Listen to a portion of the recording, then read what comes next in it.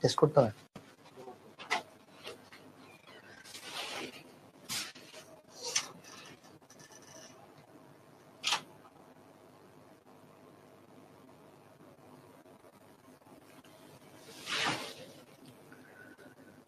আসসালামু আলাইকুম সবাইকে। আশা করি সবাই ভালো আছি। সো আমাদের একটু সমস্যা হয়েছিল যে কারণে হচ্ছে আমাদের জিনিসটা দুইটা পার্টে করতে হচ্ছে। সো এই পার্টটা অ্যাকচুয়ালি অনেক পরেই শেষ হয়েছিল, বাট যেহেতু এটা সেকেন্ড, আমরা একটু লিফট থেকে হচ্ছে একটু জাস্ট হালকা করে একটু রিক্যাপ করে দিই, যাতে করে ম্যাথটা করলে তোমরা যাতে বুঝতে পারো আর কি। সো যারা যারা দেখতেছো তারা অবশ্যই প্রথম পার্টটা দেখে আসবা। আচ্ছা, সো প্রথম পার্টটা দেখার পরে হচ্ছে এখানে হচ্ছে আসো আর কি, ঠিক আছে? আচ্ছা, সো আমাদের লিফটের যে ব্যাপারটা ছিল সেটা কি রকম ছিল, যে আমাদের লিফট হচ্ছে চারটা কেস দেখতেছিলাম। একটা হচ্ছে লিফট যদি স্থির থাকে, স্থির থাকলে আমরা দেখতেছিলাম যে তোমার যেহেতু আমার V0 স্থির থাকা মানে কি, তোমার আসলে ব্যাকটা জিরো, তার মানে এও জিরো হবে। সো এ যদি জিরো হয়, লিফটের মধ্যে আমার উপরের দিকে প্রতিক্রিয়া বল আর, নিচের দিকে ডাব্লিউ। সো এখান থেকে আমরা দেখতেছি যে আমার সামেশন অফ F0 হইতে হবে, কারণ A0 সামেশন অফ F0 হওয়া মানে অ্যাকচুয়ালি R মাইনাস W0 হওয়া, তার মানে R ইকুয়াল টু W হওয়া, মানে উপরে নিচে সমান হয়ে গেলে তোমার সামেশন অফ F0 হয়ে যাবে। সো এখান থেকে আমরা হচ্ছে দেখলাম যে আমাদের প্রতিক্রিয়া বল যেটা থাকে সেটা হচ্ছে তোমার ওজনের সমান। এই প্রতিক্রিয়া বলটার একটা হচ্ছে ব্যাপার আছে, সেটা হচ্ছে কি, সেটা হচ্ছে এটা একটা অনুভূত ওজন বোঝায়, ঠিক আছে? অনুভূত ওজনটাকে বোঝাই, অর্থাৎ আমি কি পরিমাণে ওজন অনুভব করতেছি সেইটা। আচ্ছা, সো তার মানে আমি আমার যখন একটু স্থির, তখন আমার অ্যাকচুয়ালি যেই নর্মাল ডাব্লিউ ছিল সেটাই আসলে আমি অনুভব করবো আর কি, মানে এমজিটাই অনুভব করবো। দড়ি যদি ছিঁড়ে যায়, আমরা বলতেছিলাম যে এখানে যদি কেটে দেই আর কি, তাহলে দেখা যাবে আমার লিফটটা হচ্ছে অটোমেটিক হচ্ছে ফ্রি ফল, যেটাকে বলি মুক্তভাবে পড়তেছে। তো মুক্তভাবে যদি কোনো কিছু একটা পড়ে, তার ত্বরণ অ্যাকচুয়ালি তোমার জি এর সমান হয়। তাহলে চিন্তা করি আমার নিচের দিকে হচ্ছে ডাব্লিউ, উপর দিকে R, W minus R equal to M A, W minus R equal to M A, summation of F equal to M A থেকে আনতেছি। এখান থেকে R equal to W minus F A, sorry R equal to W minus M A, তারপরে হচ্ছে তোমার W তো M G, সেখান থেকে হচ্ছে মাইনাস এম এ করবো। সো এখন এই যে এটা সেটা কিন্তু জি এর সমান, সো আলটিমেটলি জি মাইনাস জি করলে জিরো হয়ে যায়। সো এখান থেকে বুঝতেছি আমাদের যেই আর ছিল, আরটা অ্যাকচুয়ালি এখানে জিরো। কেন? কারণ হচ্ছে এটা নর্মালি যদি চিন্তা করি যে আমার একটা জিনিস যখন মুক্তভাবে পড়ে, তখন আসলে কেউ কোনো ধরনের ওজন অনুভব করি না, তাই না? এখানে যেহেতু মুক্তভাবে লিফটটা পড়তেছে, তার মানে আমিও কিন্তু মুক্তভাবেই পড়তেছি। সো আলটিমেটলি আমার কিন্তু কোনো ধরনের কি নাই, কোনো ধরনের আপাত ওজন বা অনুভূত কোনো ওজন নাই, ঠিক আছে? আচ্ছা, এরপরে যদি আমরা এখানে দেখি, এখানে কি বলতেছিলাম যে আমাদের যদি সমবেগে যদি কোনো একটা লিফট উপরে উঠে বা নামে, সমবেগে উপরে উঠানো মানে basically V constant. V constant হইলেও আসলে এ কি হয়, জিরোই হয়। তখন আমার দেখা যাবে ডাব্লিউ নিচে আর উপরে। সো সেম ভাবে আমার ডাব্লিউ ইকুয়াল টু আর হইতে হবে, যাতে করে আমার সামেশন অফ এক্স জিরো হয়, কারণ এ জিরো। সো এখানেও কিন্তু আর ইকুয়াল টু এম, যত সমবেগে হইলেও কিন্তু আমার কি হয়, আমার নর্মাল যে ওজনটা অনুভব করি সেটা আসলে সমানই হয়। আচ্ছা, এরপর সমতরণে যখন উপরে উঠি বা নামি,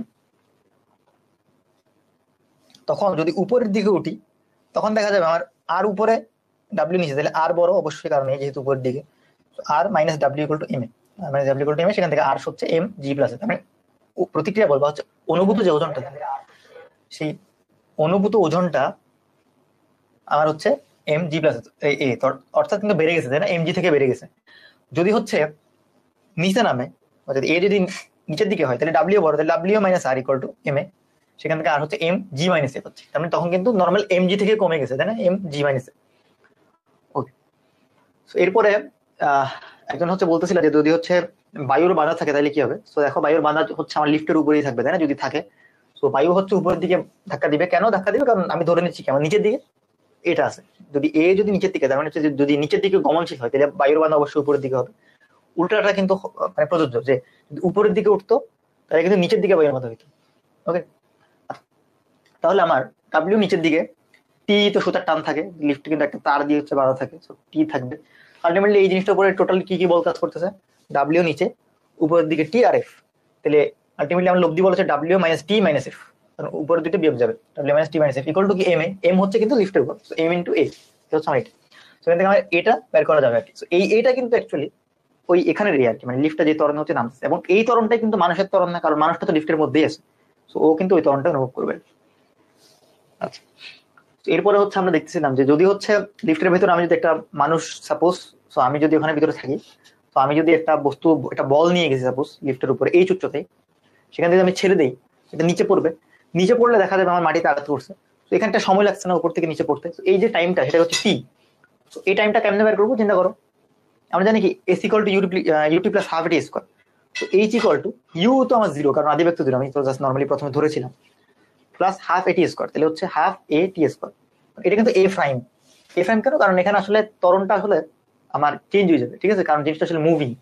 তো দেখা যাবে আমার যে এ প্রাইমটা আছে এটা অ্যাকচুয়ালি জি প্লাস এ হয়ে যায়। কেন? কারণ উপরের দিকে কত ত্বরণ ছিল মনে আছে? উপরের দিকে যখন আমরা মুভ করি তখন তোমাদের এখানে দেখাইছিলাম উপরের দিকে মুভ করলে কি হয় মানে ঊর্ধ্বগামী লিফটের ক্ষেত্রে এম জি প্লাস এ, তার মানে ত্বরণটা কি হয়ে যায়?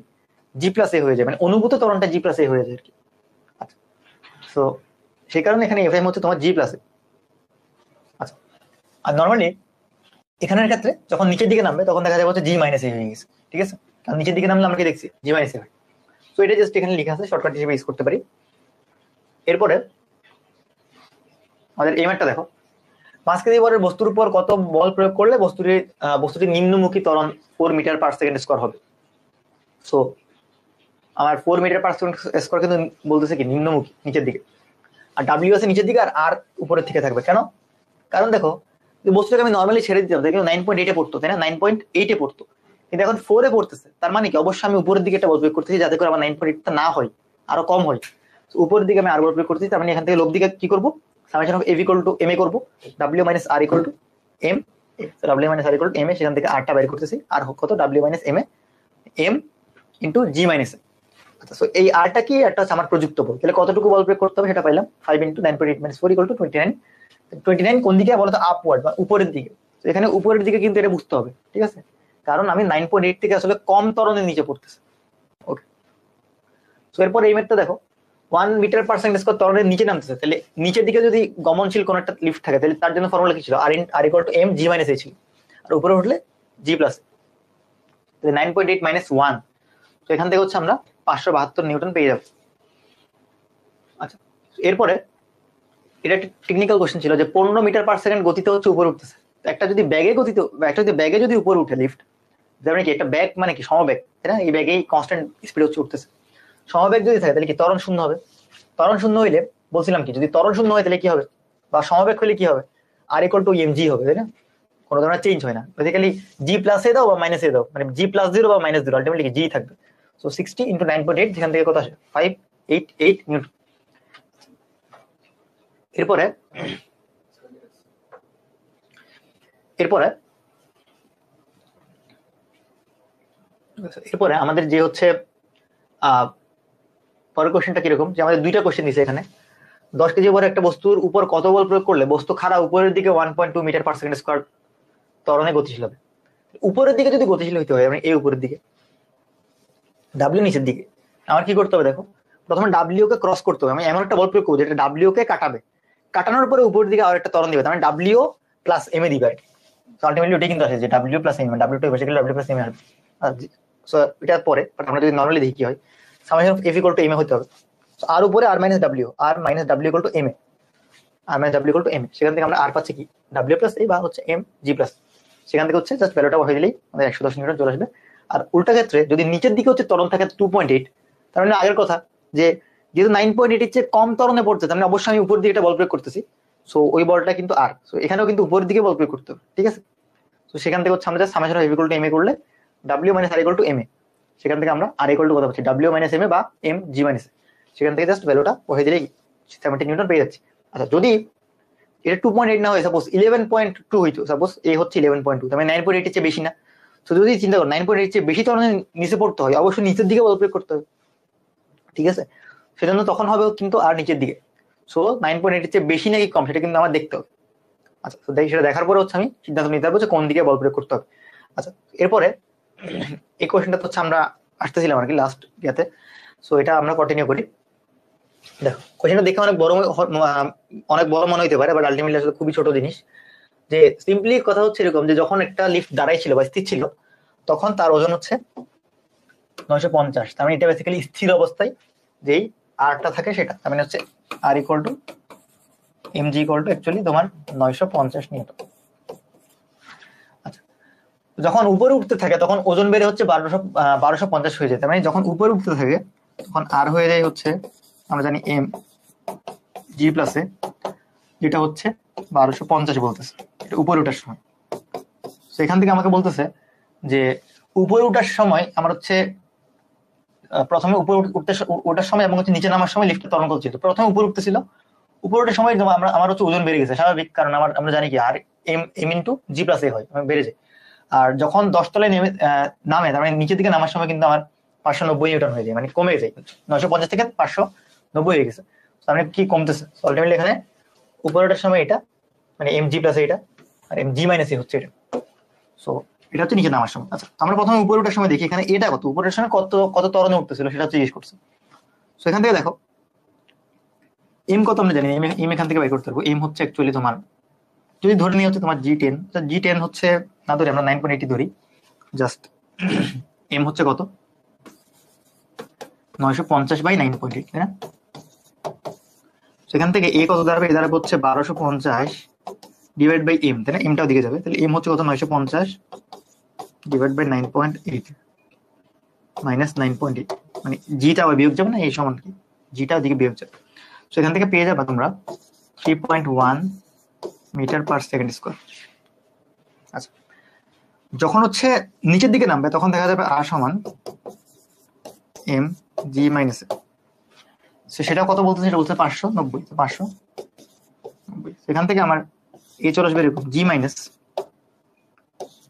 হচ্ছে 9.8 মাইনাস, জাস্ট এখান থেকে রিঅ্যারেঞ্জ করবো, দেখে কত আসবে। আমি যদি জাস্ট একটু শর্টে বলি, এখানে আসলে চলে আসবে এরকম যে G minus A equal to 590 by M,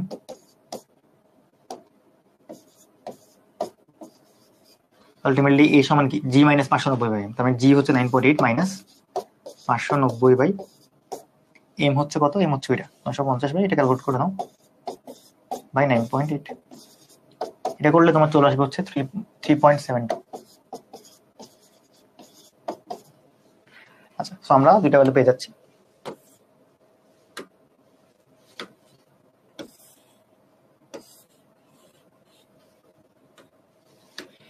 ওকে, আমরা কোনটা দেখাবো, ক নাম্বারটা, ঠিক আছে। আচ্ছা, সো এটা নেগেটিভ কেন হয়েছে, কারণ আমরা জানি হচ্ছে উপরের দিকে মানে কি পজিটিভ, নিচের দিকে হচ্ছে নেগেটিভ। ওকে, এরপরে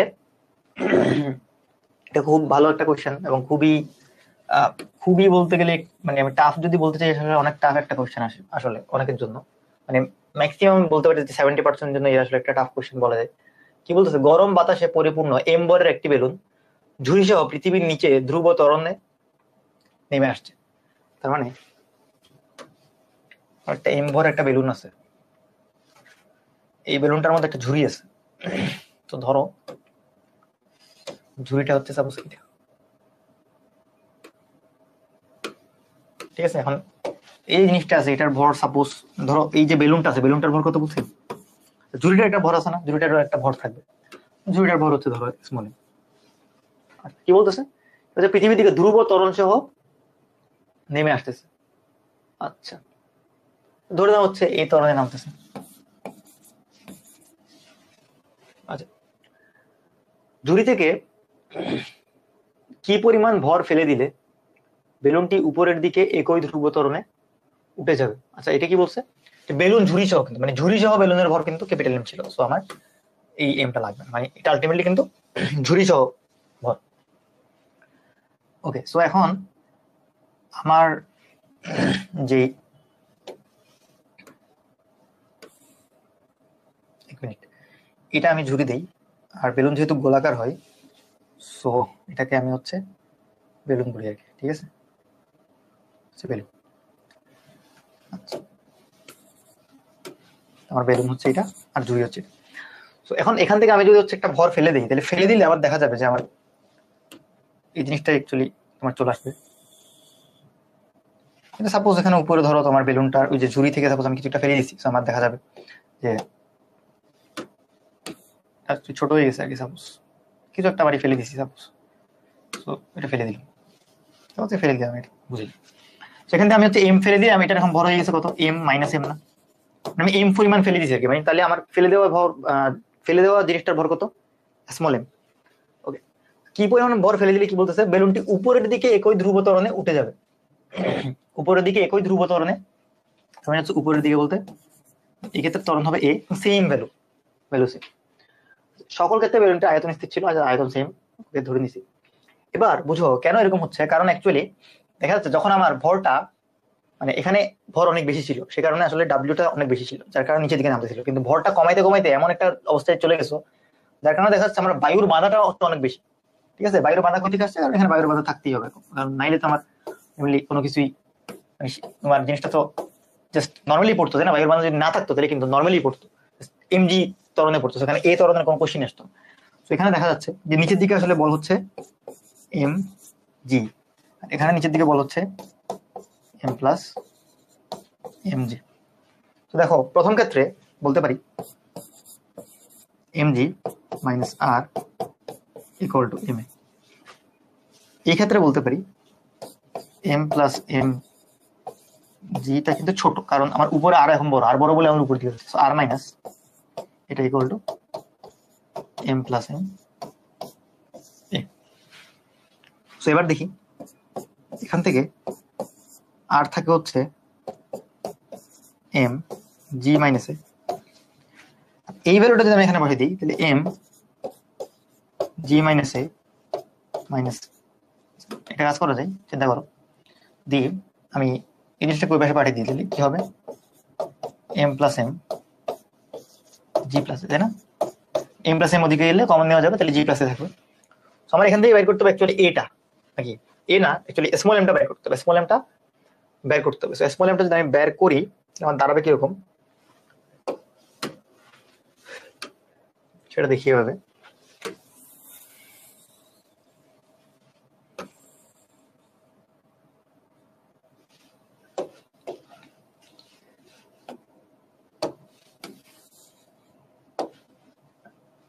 এখান থেকে দেখো স্মল এমটা বের করবো, তাই না? M G minus A by তোমার এদিকে হচ্ছে ক্যাপিটাল এম প্লাস এম, এদিকে হচ্ছে জি, সরি এদিকে হচ্ছে অ্যাকচুয়ালি তোমার জি প্লাস এটা নিয়ে যাবে, তাই না? জি প্লাস এদিকে হচ্ছে এম প্লাস স্মল এম, তাহলে এম দাঁড়াবে হচ্ছে m G minus A G plus a minus capital M. সেখান থেকে জাস্ট এমটা কমন নাও, কমন দিলে তোমার এরকম নিচে লসাগু নেওয়া যাবে, উপর হচ্ছে জি মাইনাস এ মাইনাস জি প্লাস এ। এখানে আলটিমেটলি এ মাইনাস এ এ চলে যাবে, থাকবে হচ্ছে মাইনাস টু জি। ওকে, জাস্ট আমরা একটু চেক করি, এখানে হচ্ছে ধ্রুব ত্বরণের নিচে নাম নামতেছে। Okay, so m G minus R equal to M a, কোনো সন্দেহ নাই। তো এখান থেকে আর হচ্ছে m G minus a. Okay perfect, আমি এম ভরে এটা ফেলে দিছি, ফেলে দিলে আমার এম মাইনাস এম থাকবে, তাহলে এম প্লাস এম নিচের দিকে, এই জায়গাতে ঝামেলা গেছে, কিন্তু এম প্লাস কিন্তু এম মাইনাস হবে, তাই না? কারণ আমার তো এখন আছে কত M minus M. Okay, so এটা কিন্তু M minus M, M minus M, M minus M G, M হচ্ছে কি এম মাইনাস এম, এখানে এটা যখন ওই পাশে যাবে তখন দাঁড়াবে এরকম M minus M G plus. So এখান থেকে আমার এম জি মাইনাস তো থাকলোই, নিচে জি প্লাস এটা দিয়ে ভাগ করলাম, তাহলে এম মাইনাস এম দাঁড়াবে m minus M G minus a divide by g plus A.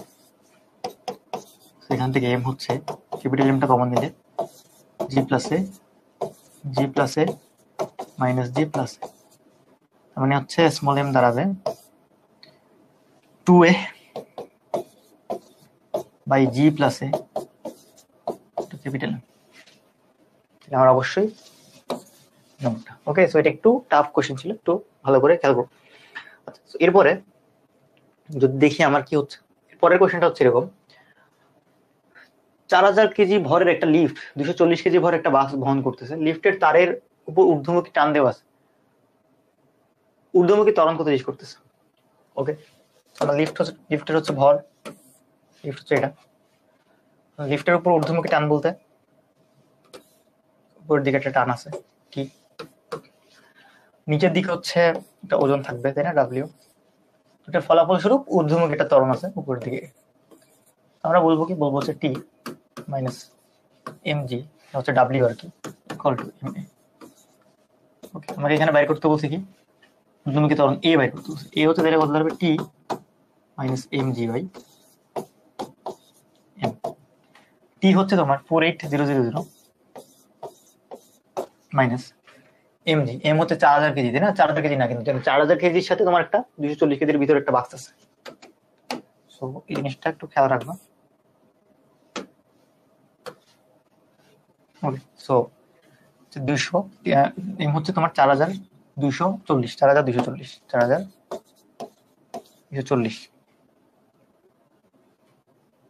Divided by into 9.8 divided by m হচ্ছে 4240। এখান থেকে আমি এটা পেয়ে যাবো।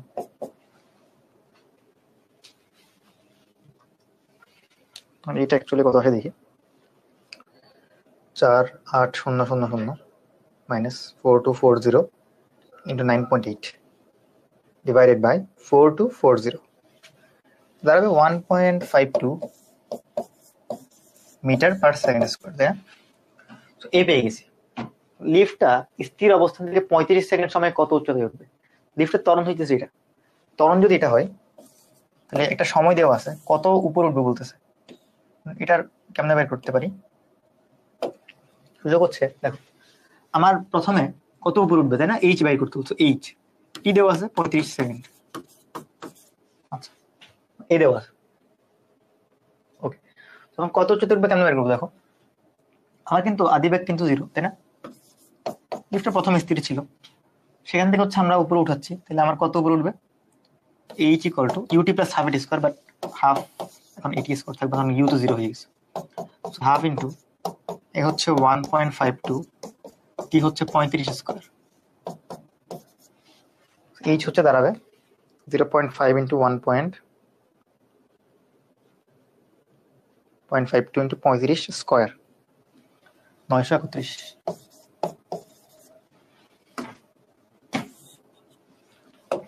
ওকে, এরপরে দেখি, এরপরে পুলির হচ্ছে আমরা থিওরিটাতে চলে আসি।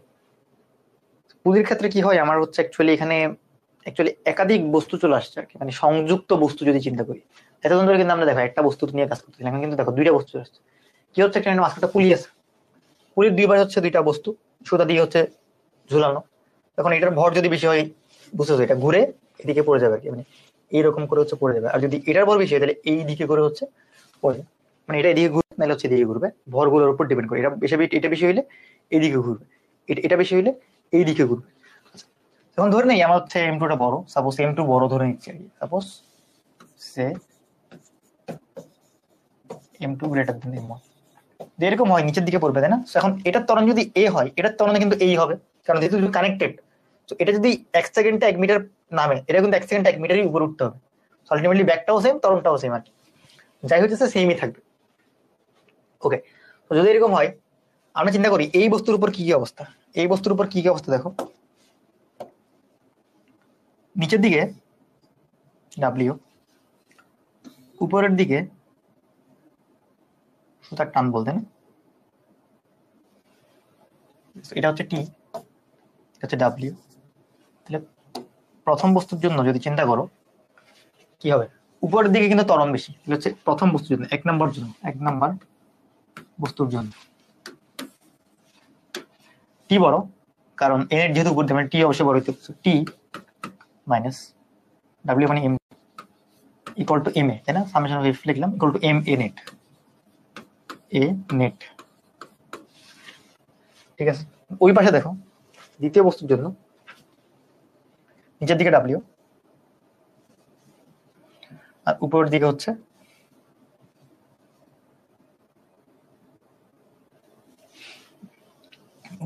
তোমার টান বল। সো এদিকে ধরো টি, এদিকেও কিন্তু টি হবে, কেন? দুটো সুতা আলাদা, তো টি কেন সেম থাকবে? যদি এখানে কিন্তু আমরা ধরে নিচ্ছি পুলির ভর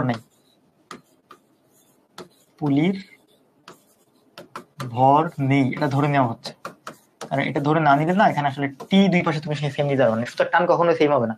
পুলির ভর যদি না ধরি, পুলির ভর থাকলে কিন্তু T1 T2 হইতো।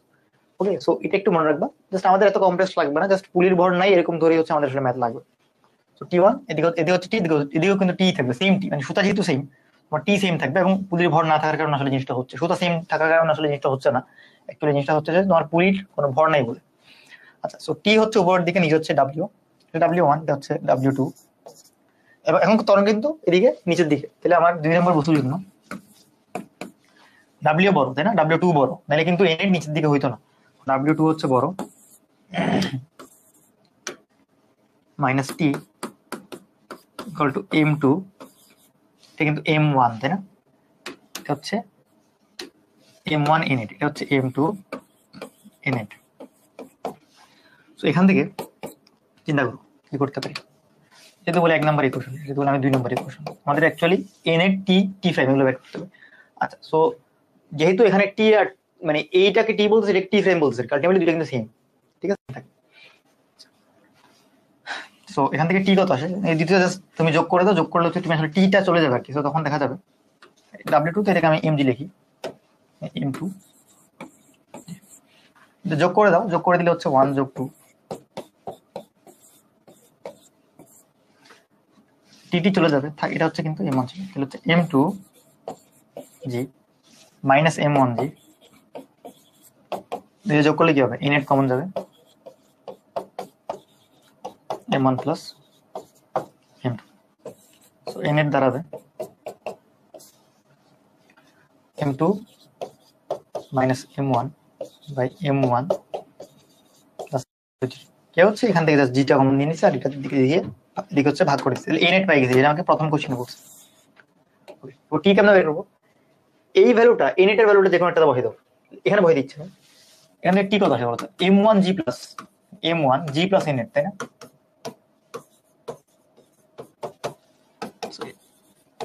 M1 জি প্লাস ইনএট কত, এটা M2 minus M1, M1 plus M2 জি, সো এখান থেকে M1 জি কমন যাবে, থাকবে হচ্ছে 1 plus M2 minus M1 by M1 plus M2, so M1 G, just কাটাকাটি করো, কাটাকাটি করলে দেখবো হচ্ছে নিচে M1 প্লাস M2, লসাগু যাবে, উপর হচ্ছে M1 plus M2 plus M2 minus M1, তাহলে থাকবে হচ্ছে 2M2, আলটিমেটলি টি দাঁড়াবে হচ্ছে এরকম, টি আর টি ফাইভ একে একে যেহেতু দুইটা সেম, তাই হচ্ছে 2 M1 M2 divide by M1 plus M2, এই যে M1 M2 আর 2, ডিটা হচ্ছে পাশে লিখতেছি, এটা হচ্ছে আমরা পেয়ে গেলাম, ঠিক আছে। ওকে, এরপরে যদি এই কোশ্চেন দেখি, এই কোশ্চেনে কি বলতেছে দেখো, M এবং 2M ভরের দুইটা আয়তাকার বাক্স আছে, ঘর্ষণহীন আণবিক পৃষ্ঠে একটি দড়ি দ্বারা সংযুক্ত, ধরো আমার এটা হচ্ছে 2M, এটা ধরো M, সো আমার যদি কানেক্টেড থাকে, এটা হচ্ছে 2M M, তাহলে ঘর্ষণহীন বলতে এখানে কিন্তু কোনো ঘর্ষণ নেই, এটি দড়ি দ্বারা সংযুক্ত, এফ মাত্র একটি সম্মুখ বল দ্বারা ভারী বক্সটিকে ডান দিকে টানা হচ্ছে, ভারী বক্সটাকে ডান দিকে হচ্ছে এদিকে টানতেছি, আমি এফ বল দিয়ে দিকে টানতেছি, হচ্ছে এফ বল। আচ্ছা, বলতেছে হালকা বাক্সটি দড়ির দ্বারা টান অনুভব করে, হালকা এখানে তো একটা দড়ি আছে, টান আছে এখানে, টি, এই টি এর ভ্যালুটা কত, আচ্ছা এখান থেকে কি দেখাচ্ছে দেখো, প্রথম বক্সটার জন্য ধরো এখানে হচ্ছে লব্ধি বা হচ্ছে দুইটার জন্য ত্বরণ হচ্ছে একটা এই, তাই না, এটা যত ত্বরণে যাবে এটা কিন্তু তত ত্বরণে যাবে, কারণ কানেক্টেড। তখন প্রথম ইয়াটার জন্য কি হবে বলতো, summation of F equal to m, এটা হচ্ছে F minus T equal to M a, কেন, কারণ এফ সামনের দিকে, টি কিন্তু এদিকে আছে, কারণ এ বক্সটা কিন্তু এদিকে আবার টি ফোর্স পাই, তাই না, সুতার জন্য কিন্তু মনে রাখবা দুই দিকে হচ্ছে তোমার টি থাকবে, এটার থেকে বাইরের দিকে, এটা থেকে বাইরের দিকে, সবসময় আউটওয়ার্ড থাকে, ঠিক আছে, সুতারটা কিন্তু সবসময় বাইরের দিকে থাকে, বস্তু থেকে বাইরের দিকে। So F minus T equal to, মানে এটা সামেশন অফ এফ হইলো equal to M A, M কত 2M ইনটু এ, এই ধরনের আসছে। তো এইটার জন্য কি হবে বলতো, এর জন্য কিন্তু বল একটাই, যে টি বল ছাড়া কিন্তু আর কেউ নেই, এদিকে তো আর কিছু নেই, so T equal two ultimately কি হবে, এম এ হবে, এম ইনটু এ। আমাকে বলছে টান কত, এবার আমরা যেটা করতে পারি সেটা হচ্ছে এরকম যে ধরো আমরা হচ্ছে এখান থেকে এর ভ্যালুটা নিয়ে এখানে বসাই দিলাম সাপোজ, অথবা এখান থেকে এর ভ্যালুটা নিয়ে ওখানে বসাই দিলে হয়। সাপোজ এখান থেকে আমি এর ভ্যালুটা নিচ্ছি, এর সমান হচ্ছে টি বাই এম, এটা নিয়ে হচ্ছে আমি এখানে বসাই দিচ্ছি, বসাই দাও এফ মাইনাস টি হচ্ছে টি তো টি, ওদিকে হচ্ছে 2m, এ হচ্ছে কত টি বাই এম, কত যাচ্ছে টি এম এম কাটাকাটি যাচ্ছে, তাহলে 2t, এখানে থাকে f minus T, f equal to T plus 2t মানে 3t, so T equal to f by 3, মানে তোমার হালকা বস্তুটা আসলে f বাই 3 পরিমাণে টান অনুভব করবে। ওকে, আচ্ছা এরপরে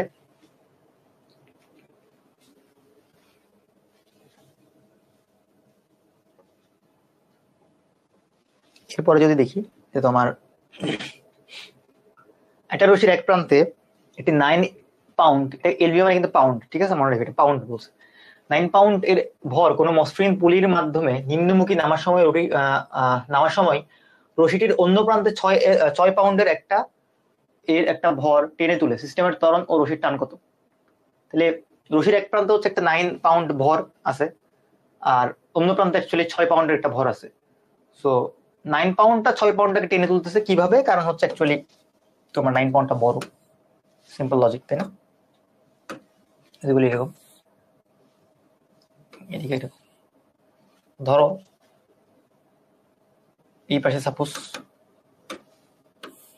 বস্তু আছে, না একটা বস্তু আছে, এটা হচ্ছে ধরো তোমার 9 পাউন্ড, এটা ধরো 6 পাউন্ড, এইটা এটাকে টেনে তুলতেছে না, এটা যদি ভারী তাহলে এটা কিন্তু নিচের দিকে নামবে, আর এটা কিন্তু উপর দিকে উঠতেছে, মানে এটা অ্যাকচুয়ালি এটাকে উপর দিকে উঠাচ্ছে না, এটাই বলতেছে।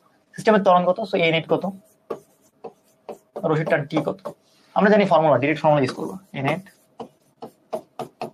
এতদিন ধরে কিন্তু আসলে পুলির ম্যাথ আসতো না, কিন্তু 20-21 থেকে কিন্তু আসা শুরু করছে। এ নেট হচ্ছে তোমার m2 minus m1 divided by m2 plus m1 into g শিল, এটা মুখস্থ, ঠিক আছে, কিছুক্ষণ আগে যেটা বের করছি এই যে এখানে, তাই না, এই যে এই এর ফর্মুলাটা, ঠিক আছে, আর ওই টি এর ফর্মুলাটা মুখস্থ রাখো। m2 হচ্ছে কত 9, আর m1 হচ্ছে 6, আর নিচে 9 প্লাস 6 ইন্টু 9.8, যেহেতু এখানে তোমার ফিট পার স্কোয়ারে দিছে সেটা 32 লেখো, কারণ তোমরা জানো যে তোমার জি এর ভ্যালু আসলে 32 ফিট পার সেকেন্ড স্কোয়ার, যদি ফিটে লিখি আর কি, তাহলে এটা মুখস্থ রাখবে, ঠিক আছে। 9.8 মিটার পার সেকেন্ড যে কথা, 32 ফিট পার সেকেন্ড সেম কথা, জাস্ট মিটার থেকে ফিটে কনভার্ট করো, তাহলে হচ্ছে হয়ে যাবে। সেখানে আলটিমেটলি দাঁড়াবে কত বলতো, উপরে হচ্ছে 3,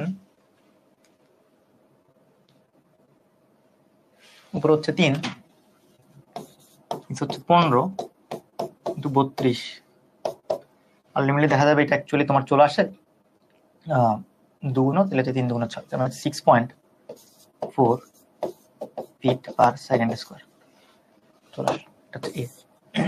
এরপর আমার টি লাগবে, টি হবে হচ্ছে 2 m1 m2 by m1 plus m2 into জি, তার মানে 2 into 9 into 6 divide by 9 plus 6 into 9.8, so এখানে দাঁড়াবে হচ্ছে 108, যে হচ্ছে 15, 9.8।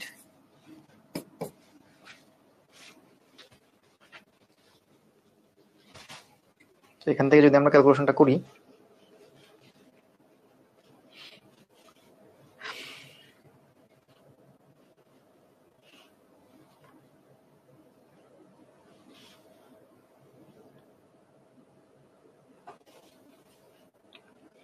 একশো আট ডিভাইড বাই 15 ইন্টু 9.8, 70 পয়েন্ট, আচ্ছা এটা তো 9, এটা তো 32 দিতে হবে, তাই না? 9.8 দিলে তো তোমার আলটিমেটলি এটা তো 6 ছিল,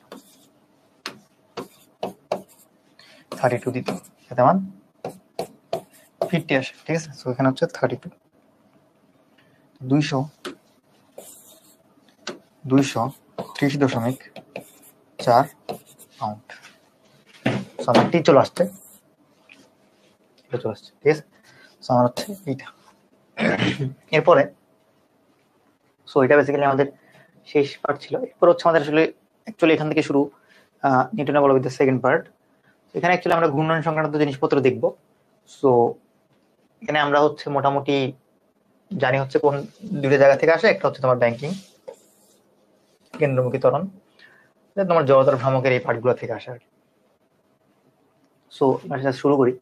ধরো জড়তার ভ্রামকের আসলে কনসেপ্টটা হচ্ছে কিরকম ছিল, যে তোমার আমার ভর এবং হচ্ছে তোমার দূরত্বের স্কোয়ারের গুণফল গুলো ছিল, তাই না?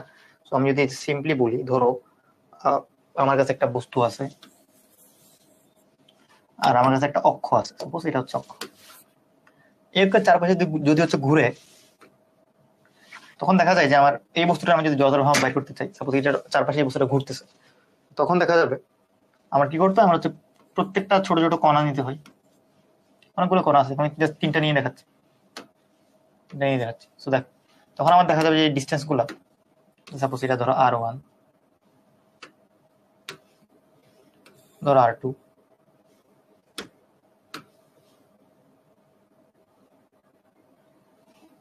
ধরো R3।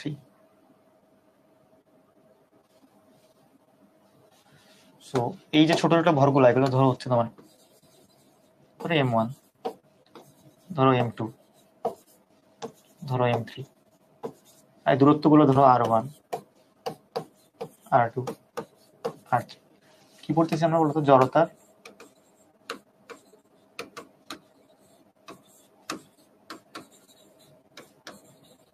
ভ্রামক। সো যদি এরকম হয়, তখন তাহলে আমরা বলি এই অক্ষের সাপেক্ষে জড়তার ভ্রামক হচ্ছে ভর গুণ দূরত্বের স্কয়ার যোগ দ্বিতীয় ভর গুণ দূরত্বের স্কয়ার, তৃতীয় ভর গুণ দূরত্বের স্কয়ার। এবার বল এরকম কয়টা আছে? অসীম, তাই না?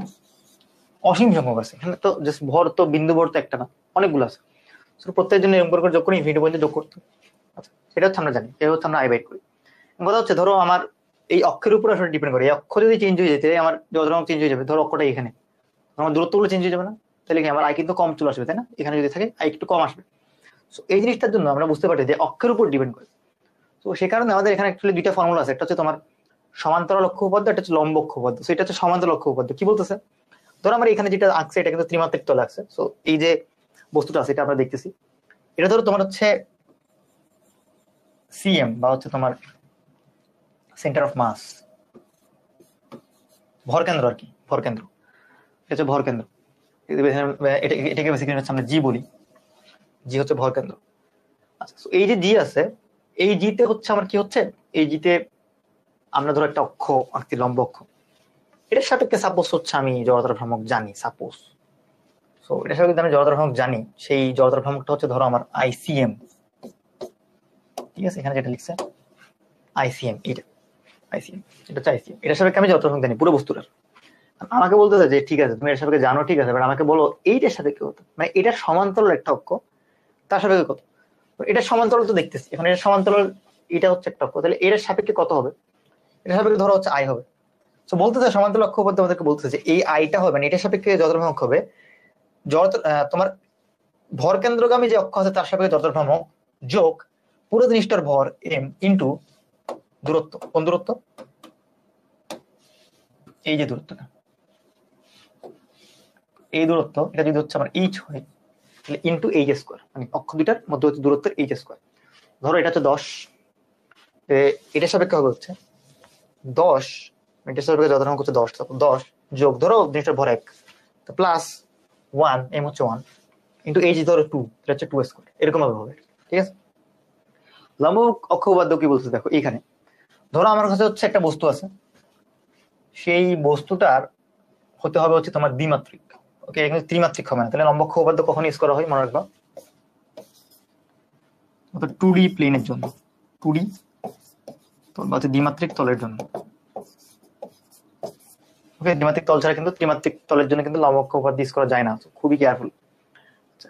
সো দ্বিমাত্রিক একটা জিনিস আছে, ধরো একটা কয়েন বা হচ্ছে সামথিং, কয়েকটা কয়েন ধরো। সো একটা কয়েন যদি থাকে, 2 টাকার একটা কয়েন সাপোজ, এই কয়েনটা হচ্ছে এটা ধরো আমি এক্স অক্ষ বরাবর হচ্ছে আমি জানি, ওয়াই অক্ষ বরাবর আমি জানি। আমি যদি বলে যে এটা লম্ব যে অক্ষ জেড অক্ষ, জেড অক্ষ বরাবর কত বড়, তুমি কি করবা? আইজেড হবে, মানে জেড অক্ষের সাপেক্ষে হবে হচ্ছে আই এক্স মানে এক্স এর সাপেক্ষে তুমি যেটা জানতে সেটা প্লাস ওয়াই এর সাপেক্ষে যেটা জানতে সেটা দুটোর যোগফল, ঠিক আছে? So I X Z equal to I X plus I Y. So এইভাবে হচ্ছে আমরা যদি চিন্তা করি যে আমাদের আসলে অনেকগুলো জিনিস আছে, অনেকগুলো অবজেক্ট আছে, আমরা যেগুলো আসলে সব দেখে আসছি। সো এই জিনিসগুলোর জন্য আমরা জানি যে কোন ক্ষেত্রে কি কি হচ্ছে আমার জড়তার ভ্রামক হয়। সাপোজ হচ্ছে শুরু থেকে শুরু করি, সরল যদি দণ্ড থাকে এই ধরনের মাঝখানে যেটা হচ্ছে সেন্টার, এই যদি ভর কেন্দ্র দিয়ে যদি গামে একটা অক্ষ থাকে, ভর কেন্দ্রগামী একটা অক্ষ মানে হচ্ছে মধ্যবিন্দুগামী অক্ষ, লম্ব অক্ষ, তার সাপেক্ষে যত ভ্রামক হচ্ছে 1/12 ml স্কয়ার। যদি হচ্ছে তোমার একটা প্রান্তবিন্দুগামী হইতো, এটা যদি এই তল হইতো, সাপোজ হচ্ছে যে অক্ষটা যদি এরকম হইতো, এটা হইতো, তখন দেখা যেত আমার হচ্ছে তোমার 1/3 ml স্কয়ার হইতো, তাই না? এটা আমরা কিন্তু জানি, আমরা কিন্তু বইয়ে পড়ে আসছি অলরেডি। আর যদি একটা আয়তকার পাত থাকে, আয়তকার পাতের মধ্যবিন্দু বরাবর লম্ব অক্ষ বরাবর যদি একটা অক্ষ চিন্তা করি, তার সাপেক্ষে পুরো জিনিসটা জড়তার কত? I equal to 1/12 a square plus b square. a কি হচ্ছে দৈর্ঘ্য, b হচ্ছে প্রস্থ, জাস্ট ইট ইজ সিম্পল। ওকে, নিরেট গোলকের ক্ষেত্রে হচ্ছে ব্যাসগামী, তাই না? ব্যাস দিয়ে যদি গমনকারী কথা চিন্তা করো তাহলে হচ্ছে 2/5 mr স্কয়ার, আর হচ্ছে ব্যাসার্ধ, এম তো ভর। ফাঁকা গোলক কইলে জিনিস হচ্ছে 2 বাই, আচ্ছা সরি, হ্যাঁ, নিরেট গোলকের জন্য হচ্ছে 2/5 হয়, আর ফাঁকা গোলকের জন্য হচ্ছে 2/3 হয়। নিরেট সিলিন্ডারের জন্য হচ্ছে হাফ mr স্কয়ার, আর নিরেট ফাঁকা সিলিন্ডারের জন্য mr স্কয়ার। কোন অক্ষ? মাঝখানের যে অক্ষটা আছে সেটা, এটা হচ্ছে দেখা যাচ্ছে সেই অক্ষটা, অর্থাৎ বর্গকেন্দ্রগামী লম্ব অক্ষ, ঠিক আছে? আচ্ছা, তো এই জিনিসটা এখানে সামারি আকারে দেওয়া আছে। যদি হচ্ছে আমার এরকম মাঝখান দিয়ে যাই তাহলে হচ্ছে হাফ 1/12 ml স্কয়ার, প্রান্ত দিয়ে গেলে 1/3 ml স্কয়ার, চাক তিনে মাঝখান দিয়ে গেলে হাফ mr স্কয়ার, সিলিন্ডারের মাঝখান দিয়ে গেলে হাফ mr স্কয়ার। যদি হচ্ছে এটা বেসিক্যালি যদি নিরেট হয় আর কি, ঠিক আছে? এটা কিন্তু চাকতি, এটা মনে রেখো যে নিরেট সিলিন্ডার এবং চাকতি দুটোর জন্য কিন্তু সেম। আবার ফাফা সিলিন্ডার এবং হচ্ছে রিং এর জন্য কিন্তু সেম। ধরো এখানে মেবি দেয় নাই, বাট এই যে বৃত্তাকার রিং এর জন্য দেখছো mr স্কয়ার। ওকে, আর ফাফা যেই সিলিন্ডার ছিল সেখানেও কিন্তু দেখছি কত mr স্কয়ার, মনে আছে? এই যে ফাফা সিলিন্ডার mr স্কয়ার। ওকে, সো এবার এগুলো সব জাস্ট সিম্পলি এটা লিখছে। এবার দেখো, আচ্ছা একটা জিনিস দেখানো হয়, কে কে কি জিনিস, এই যে পুরো জড়তার ভ্রামক, এই জিনিসটাকে আমরা যদি হচ্ছে জাস্ট চিন্তা করি যে আই ইকুয়াল টু, যদি বলতে চাই এম কে স্কয়ার বলতে চাই, সাপোজ আমি চাচ্ছি হচ্ছে এমন একটা বিন্দু বাইর করতে, যে বিন্দুতে আমার যদি হচ্ছে পুরো জিনিসটার ভরটা যদি কেন্দ্রীভূত থাকতো, আমি ওইখান থেকেই আসলে এম কে স্কয়ারটা বলতে পারতাম সাপোজ। তখন হচ্ছে আমার ওই কেটাকে বলা হয় হচ্ছে চক্রগতির ব্যাসার্ধ, তোমরা এটা জানো। সো সাপোজ আমি যদি এখান থেকে দেখাই, ধরো আমার এই জিনিসটার জন্য দেখাই, এই জিনিসটার জন্য তো এটাই, এটা তো বুঝতেছি। আমার মাঝখানে তক্ক আছে, সো মাঝখানে অক্ষটা আমি আঁকলাম। আমি বলতে চাচ্ছি যে কোনখানে পুরো গোলকটাকে কোনখানে কেন্দ্রীভূত করলে, ধরো এই পুরো গোলকের ভর হচ্ছে এখানে আছে, আর দূরত্বটা হচ্ছে কে আছে, কে দূরত্বে রাখলে ধরো এমন হয় যে এখানে আসলে কত হবে, কে দূরত্বে রাখলে এম কে স্কয়ার হবে না? চাচ্ছি কেটা এমন হোক যাতে করে আমার 2/5 mr স্কয়ার, মানে পুরো গোলকের জন্য যেটা হইতো সেটা সমান আসুক, চাচ্ছি এটা। আমার দেখতে হবে যে কেটা কত হইতে হবে, তাহলে বলতো কে হতে হবে হচ্ছে √2/5, আর এই ব্যাসার্ধের √2/5 গুণ যদি দূরত্ব তুমি যদি রাখো তাহলে দেখা যাবে সেম জিনিসই হয়। তো এই কেটাকে বলা হয় কি চক্রবর্তীর ব্যাসার্ধ। আচ্ছা, তো এখানে বলতেছে 3 মিটার দৈর্ঘ্যের সরু সুষম দণ্ডের ভর 4 কেজি, দণ্ডটি প্রান্তবিন্দুগামী অক্ষকে কেন্দ্র করে ঘুরতেছে, ঘূর্ণন অক্ষের সাপেক্ষে জড়তার ভ্রামক কত? সো যদি হচ্ছে একটি সুষম দণ্ড থাকে, দণ্ড প্রান্তবিন্দুগামী, তার মানে হচ্ছে তোমার এটা, এটা সাপেক্ষে হচ্ছে আমার জিনিসটা ঘুরতেছে, এই অক্ষের সাপেক্ষে জড়তার ভ্রামক কত হবে? আমার আয় কত হবে আমরা জানি, প্রান্তবিন্দুগামী হলে 1/3 ml স্কয়ার, তুমি মুখস্থ রাখতে হবে, ঠিক আছে? 1/3, এম হচ্ছে আমার 4 কেজি, দণ্ডের দৈর্ঘ্য হচ্ছে এল, ঠিক আছে? 3 9 4 9 সরি, এখানে হচ্ছে 12 মনে রাখবে কেজি মিটার স্কয়ার, তাই না? ভর গুণ দূরত্বের স্কয়ার, মানে কেজি মিটার স্কয়ার, তো ঘ নাম্বার। তো এরপরে ফাফা সিলিন্ডারের ভর দেওয়া আছে, ব্যাসার্ধ 10 দেওয়া আছে, জড়তার ভ্রামক কত? ফাফা সিলিন্ডারের জন্য আমাদের ফর্মুলা কি ছিল? M R square, just simple. M হচ্ছে তোমার 200, মানে 0.2, আর হচ্ছে 0.1 হোল স্কয়ার, অ্যাকচুয়ালি দাঁড়াবে এটা হচ্ছে 0.1, তো so 10 to the power -2 into 10 to the -3 2 into এটা।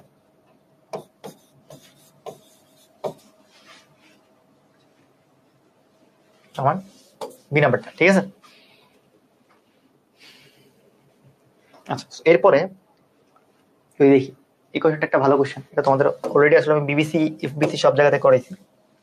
একবার দেখো, ধরো আচ্ছা একটা একটা স্কেল আছে, মিটার স্কেল। মিটার স্কেল তাহলে এখানে হচ্ছে দাগ থাকবে কত,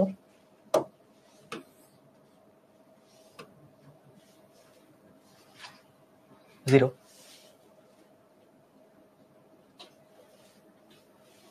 এখানে দাগ থাকবে 100।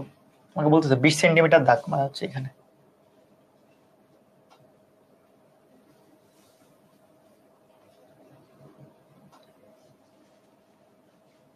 এটা 0, আচ্ছা 100, এটা হচ্ছে 20 সেন্টিমিটার।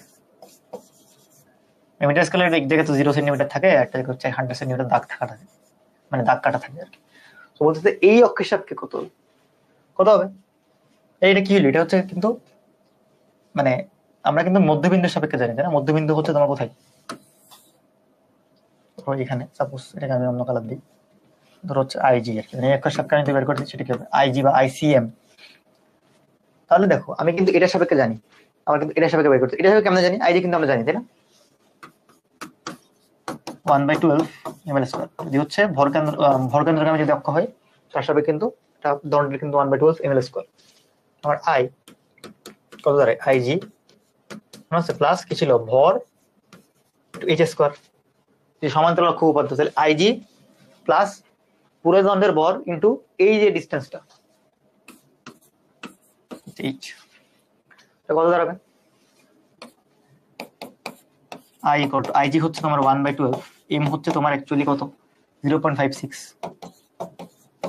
ইন্টু এল স্কয়ার, মানে হচ্ছে তোমার 1 মিটার, সো 1 মিটার স্কয়ার মানে 1 square plus M H square, M হচ্ছে 0.56, এইচ হচ্ছে কত বলতো এই ডিসটেন্সটা, এই ডিসটেন্সটা অ্যাকচুয়ালি কত, এটা হচ্ছে অ্যাকচুয়ালি দেখো এটা 20 সেন্টিমিটার দাগ, এটা কিন্তু মাঝখানে তাই না 50 সেন্টিমিটার দাগ, তাই না? এইটা 50, এটা 20, এটা কত 30, মানে এই ডিসটেন্সটা হচ্ছে 30, মানে 50 থেকে যদি 20 বিয়োগ দিয়ে দেয় কত হবে, 30 পাবেন। এটা হচ্ছে 0.3 হোল স্কয়ার, ঠিক আছে। আচ্ছা, সো 0.56 1/12 into 0.56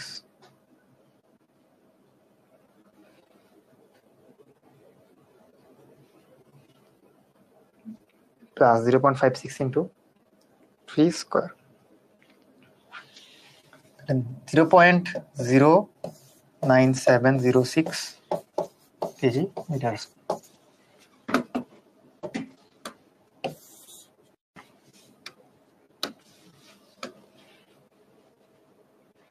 ওকে, ইজি তাই না? এরপরে এটা কোশ্চেন যে 4, 5 এবং 6 একক ভরের 3টি কণার স্থানাঙ্ক দেওয়া আছে, অক্ষের সাপেক্ষে জড়তার ভ্রমণ কত। আমি এখানে আসলে এটা করতে হবে, অক্ষ আঁকতে হবে, নাহলে কিন্তু বুঝবা না।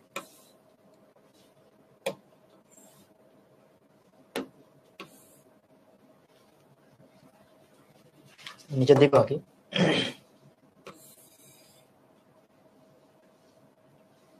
ডট ডট দিয়ে দিই, তাই না? ডট ডট দিলে আসলে বোঝা যাবে সে নেগেটিভ অক্ষ হচ্ছে তোমার নেগেটিভ এক্স অক্ষ, সরি হ্যাঁ নেগেটিভ জেড অক্ষ, এটা হচ্ছে তোমার নেগেটিভ এক্স অক্ষ। ওকে, এটা হচ্ছে তোমার এক্স, এটা ওয়াই, হচ্ছে জেড। তিনটার হচ্ছে স্থানাঙ্ক 4,0,1, মানে 4 হচ্ছে এদিকে 4, 0 বলতে ওয়াই অক্ষ উঠেই নেই, -1 বলতে আমরা কিন্তু ওই দিকে, মানে হচ্ছে এই জায়গাটাতে, মানে এক্স জেড তলে এখানে 4, ওয়াই অক্ষ উঠে নেই, সো এখানেই আছে, জেড হচ্ছে পাশে এই বিন্দু। তাহলে বলো এইটা যদি একটা বিন্দু হয় মানে বস্তু হয়, এই বস্তুর জন্য এই ডিসটেন্সটা কত, কত হবে চিন্তা করবো। এটা যদি আমরা চিন্তা করবো এইভাবে যে এই বিন্দুটা যদি হচ্ছে তোমার 4,0,-1 হয়, কিন্তু মূল বিন্দু তাই না 0,0,0, সো এই দুইটার মধ্যবর্তী দূরত্ব বের করতে হবে, তারপরে এম ইন্টু এটা স্কয়ার, তাই না? মানে এখানে একটা ভর আছে কত, 4 কেজি, 4 কেজি। জাস্ট একটা জন্য দেখে তাহলে বাকিটার জন্য পারবো। এই ডিসটেন্স ধরো হচ্ছে d1, আমার i1 হবে m1 d1 স্কয়ার, মানে হচ্ছে 4 d1 স্কয়ার, মানে বেসিক্যালি রুট ওভার ওই যে দুটো বিন্দুর মধ্যে দূরত্ব কেমন বের করে, 4 - 0 whole square plus 0 - 0 whole square plus -1 - 0 whole square. 4 - 0 whole square সরলরেখার মধ্যে পড়ছে না, এটা কিন্তু মধ্যবর্তী দূরত্ব।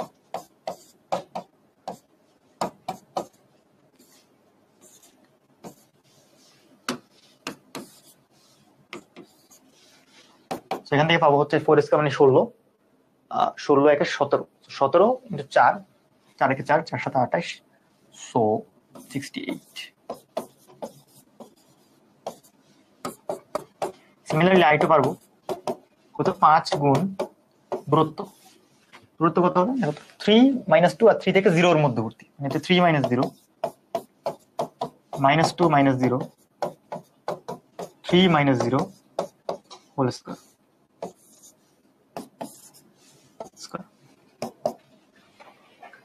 দাঁড়াবে হচ্ছে তোমার 9 যোগ 4 যোগ 9 22, 22 গুণ 5 110।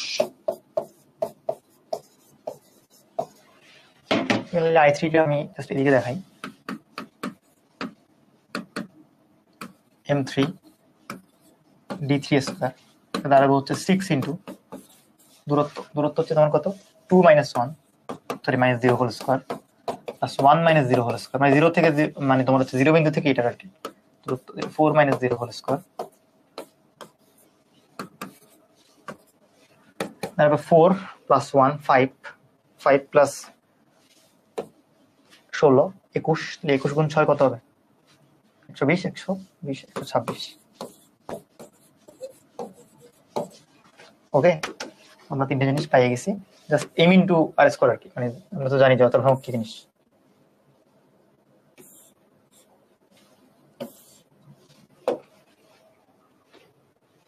এবার হচ্ছে টর্ক, এবার হচ্ছে আমাদের টর্ক। সো দেখি বাট এখানে যে টর্ক আছে আদর হচ্ছে বলতেছে থ্যাংক ইউ ভাইয়া।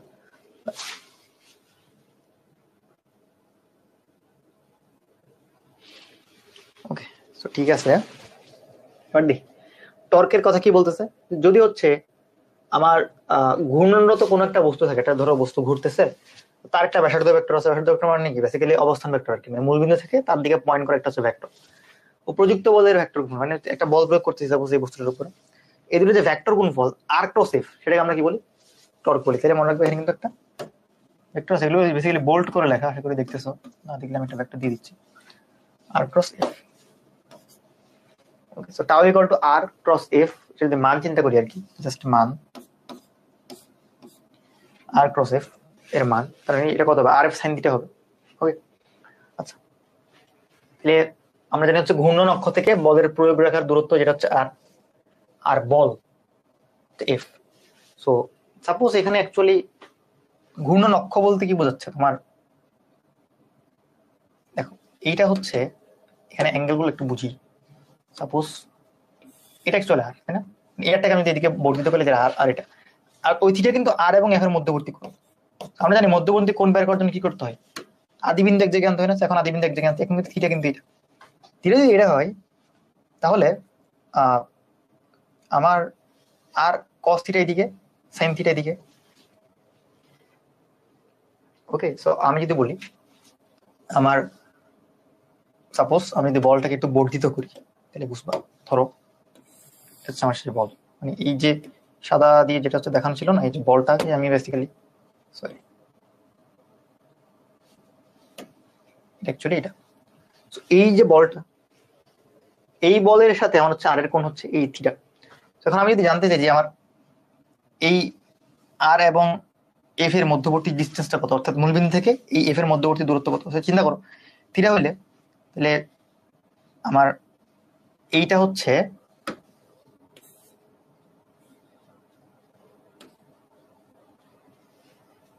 এটা হচ্ছে আর সাইন থিটা, আর এদিকে হচ্ছে তোমার অ্যাকচুয়ালি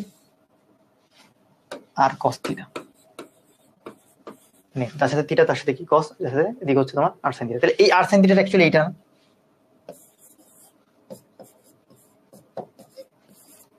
মানে এই ভেক্টরটা তো এখানে আনা যাবে। আর সাইন থিটা হচ্ছে বেসিক্যালি তোমার মূলবিন্দু থেকে প্রযুক্ত বলের মধ্যবর্তী যে দূরত্বটা, সেটা আমাকে এটাই বলতেছে যে আর সাইন থিটা কি, মূলবিন্দু থেকে ঘূর্ণন অক্ষ থেকে বলের প্রয়োগ রেখার লম্ব দূরত্ব আর সাইন থিটা, এটা অ্যাকচুয়ালি কি অ্যাকচুয়ালি আর সাইন থিটা, আর এটা হচ্ছে এফ। ওকে, সো এখান থেকে আচ্ছা এটা তো গেল। এরপর একটা জিনিস যে টর্ক সমান হচ্ছে অ্যাকচুয়ালি আই আলফা, মানে জড়তার ভ্রামক ইনটু ত্বরণ, কণিক ত্বরণ। কেমনে হইতেছে এটা আসলে বোঝা যায় যে আমার এফ ইকুয়াল টু এম ছিল না। আমরা জানি এফ হচ্ছে রৈখিক বল, টাও হচ্ছে ঘূর্ণন বল, আর এ হচ্ছে রৈখিক ত্বরণ, এই আলফা কি কণিক ত্বরণ। সো এই এম এর সাথে আই এর একটা অ্যানালজি আমরা জানতাম যে এম ভর যেটা বুঝাই, কণিকের মধ্যে বা ঘূর্ণনের মধ্যে আমার জড়তার ভ্রামক কিন্তু সেটাই বুঝাই। সো এখান থেকে আমরা এই ফর্মুলাটা মনে রাখবো, এটা আমাদের লাগবে। এটাই তারপরে এবারটা দেখি আবার বলের ভ্রামক টাও বের করতে হবে। টাও কত হবে?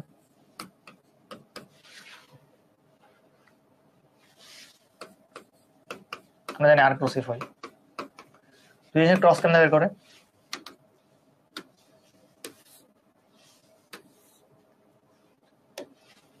আই জে কে লিখতে হয়। আর কত? আর হচ্ছে তোমার 2 3 2 2 3 এফ হচ্ছে 2 2 2 2 2 2 আই কত হবে? আই জাস্ট করো 3 দুগুণে 6 মাইনাস 2 দুগুণে 4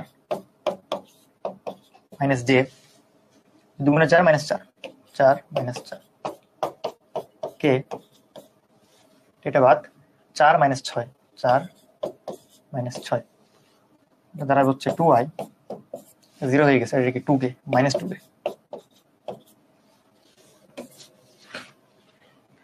ওকে, সো আমার এরপরে ম্যাথ কি? 6 কেজি ভরের একটা বস্তু, চাকার ভর কোন অক্ষ সাপেক্ষে চক্রবর্তীর ব্যাসার্ধ দেওয়া আছে 30, চাকাটিকে 3 রেডিয়ান পার সেকেন্ড স্কয়ার ত্বরণ সৃষ্টি করতে হচ্ছে কনিক ত্বরণ আলফা। কত মানে টর্ক প্রয়োগ করতে? আমরা জানি tau equal to I alpha. I হচ্ছে দেখো, যেহেতু চক্রবর্তীর ব্যাসার্ধ দেওয়া থাকলে জাস্ট নরমালি মনে রাখবে এম কে স্কয়ার, এবার আর কিছু এম কে স্কয়ার। আমরা জানি কে কে এর মাহাত্ম্যটা এটা যে এম কে স্কয়ার করলেই হয়ে যায়। 6 কেজি কে হচ্ছে 30 সেন্টিমিটার বা 0.3 হোল স্কয়ার, আলফা হচ্ছে তোমার 3, এখান থেকে কত দাঁড়াবে? 6 into 0.3 square into 3 1.62 newton metre. 4 নম্বর। এরপরে ভালো কোশ্চেন বলছে, দেখো an irregularly shaped object 10 meter long is placed with each end on 2 nearby scales। তার মানে আমার হচ্ছে একটা 10 মিটার লম্বা একটা আসলে বস্তু আছে, সাপোজ 10 মিটার লম্বা, তো ইরেগুলার দিতে হবে।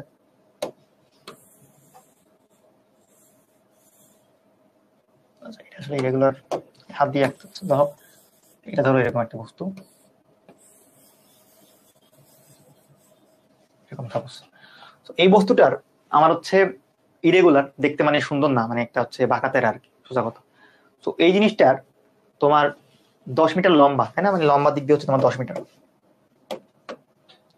তো আমার ধরো বলতেছে 10 মিটার লম্বা। আচ্ছা এটা মনে রাখি, each end on 2 near by scale, দুইটা মাথা হচ্ছে দুইটা স্কেলের উপর রাখা আছে। মানে এটা একটা জিনিস, এটা ধরো দণ্ড, এটা দণ্ড, দুইটা মাথা হচ্ছে দুইটা দণ্ডের উপর রাখা আছে।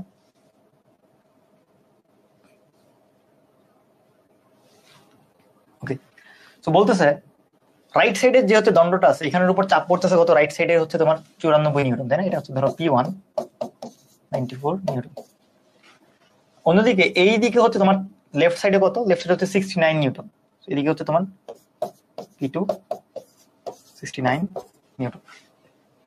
How far from the left is the object centre of gravity. এখানে যে তোমার ভর কেন্দ্রটা আছে এটা কোথায় আছে সেটা জিজ্ঞেস করতেছে। ধরো ভর কেন্দ্র এখানে আছে, আমি তো কোথায় জানি না, আমি সাপোজ ধরলাম এখানে।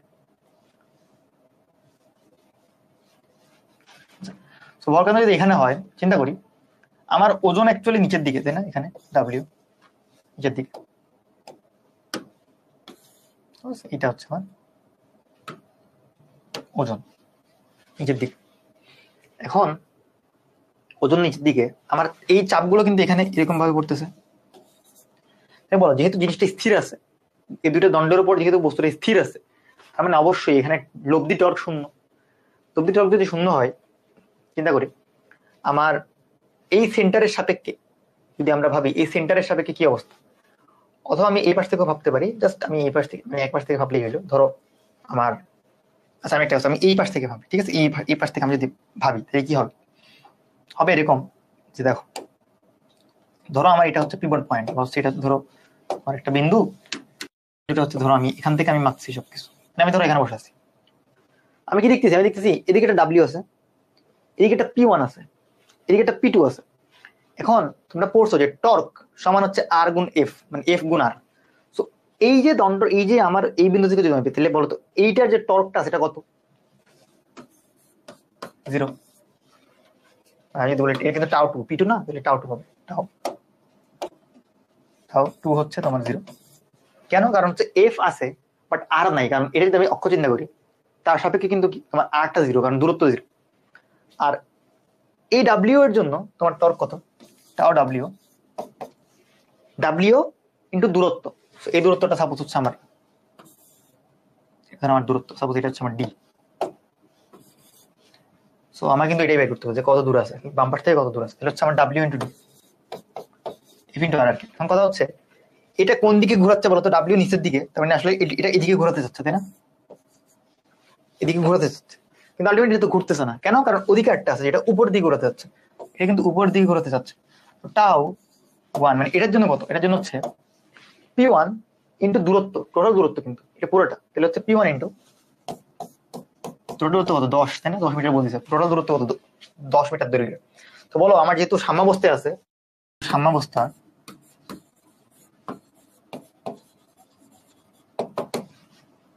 টাও 1 ইকুয়াল টু টাও ডাব্লিউ, কারণ এটা নিচের দিকে এটা উপরের দিকে, দুটো সমান নিতে হবে, তাহলে আমার সাম্যাবস্থায় থাকবে। আর একটা তো 0ই। টাও 1 হচ্ছে P1 ইন্টু 10, ওদিকে হচ্ছে ডাব্লিউ ইন্টু ডি, ডাব্লিউ মানে প্লাস P2 ইন্টু ডি। কেন? কারণ ডাব্লিউ অ্যাকচুয়ালি তোমার কি উপরের দুইটা বল এবং নিচের বল সমান নিতে হবে না, তাহলে কেমন লব্ধি শূন্য হবে? ডাব্লিউ নিচের দিকে, বাকি দুটো উপরের দিকে, তাহলে ডাব্লিউ করলে কি দেবে? P1 প্লাস P2 দিতে হবে। সেখান থেকে আমার ডি চলে আসবে P1 by P1 plus P2 into 10, so 60, sorry P1 হচ্ছে 94 বাই 94 প্লাস 69 ইন্টু 10। সেখান থেকে আমার ডি দাঁড়াবে 94 divided by 94 plus 69 to 10, 5.767 Newton.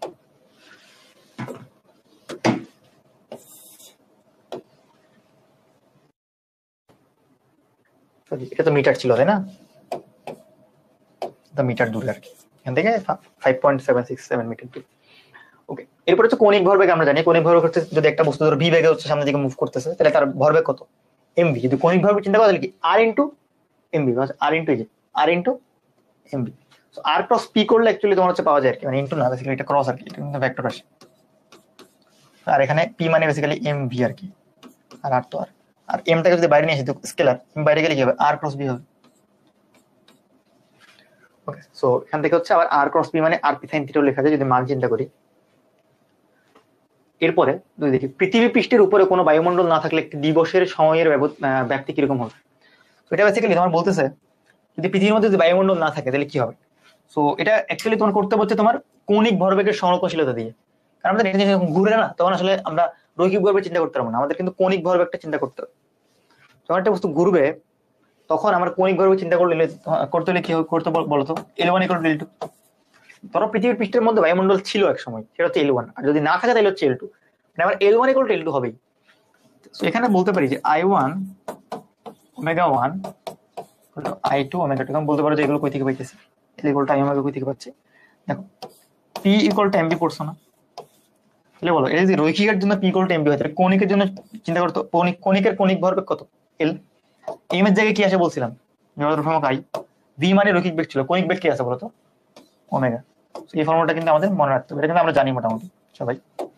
L equal to I omega. So এটা ইউজ করতেছি L1 equal to I1 omega 1 আর I2 ওমেগা 2। তাহলে I1 কি? I1 হচ্ছে যখন পৃথিবীর মধ্যে সাপোজ I1 মানে বেসিক্যালি 2/5 m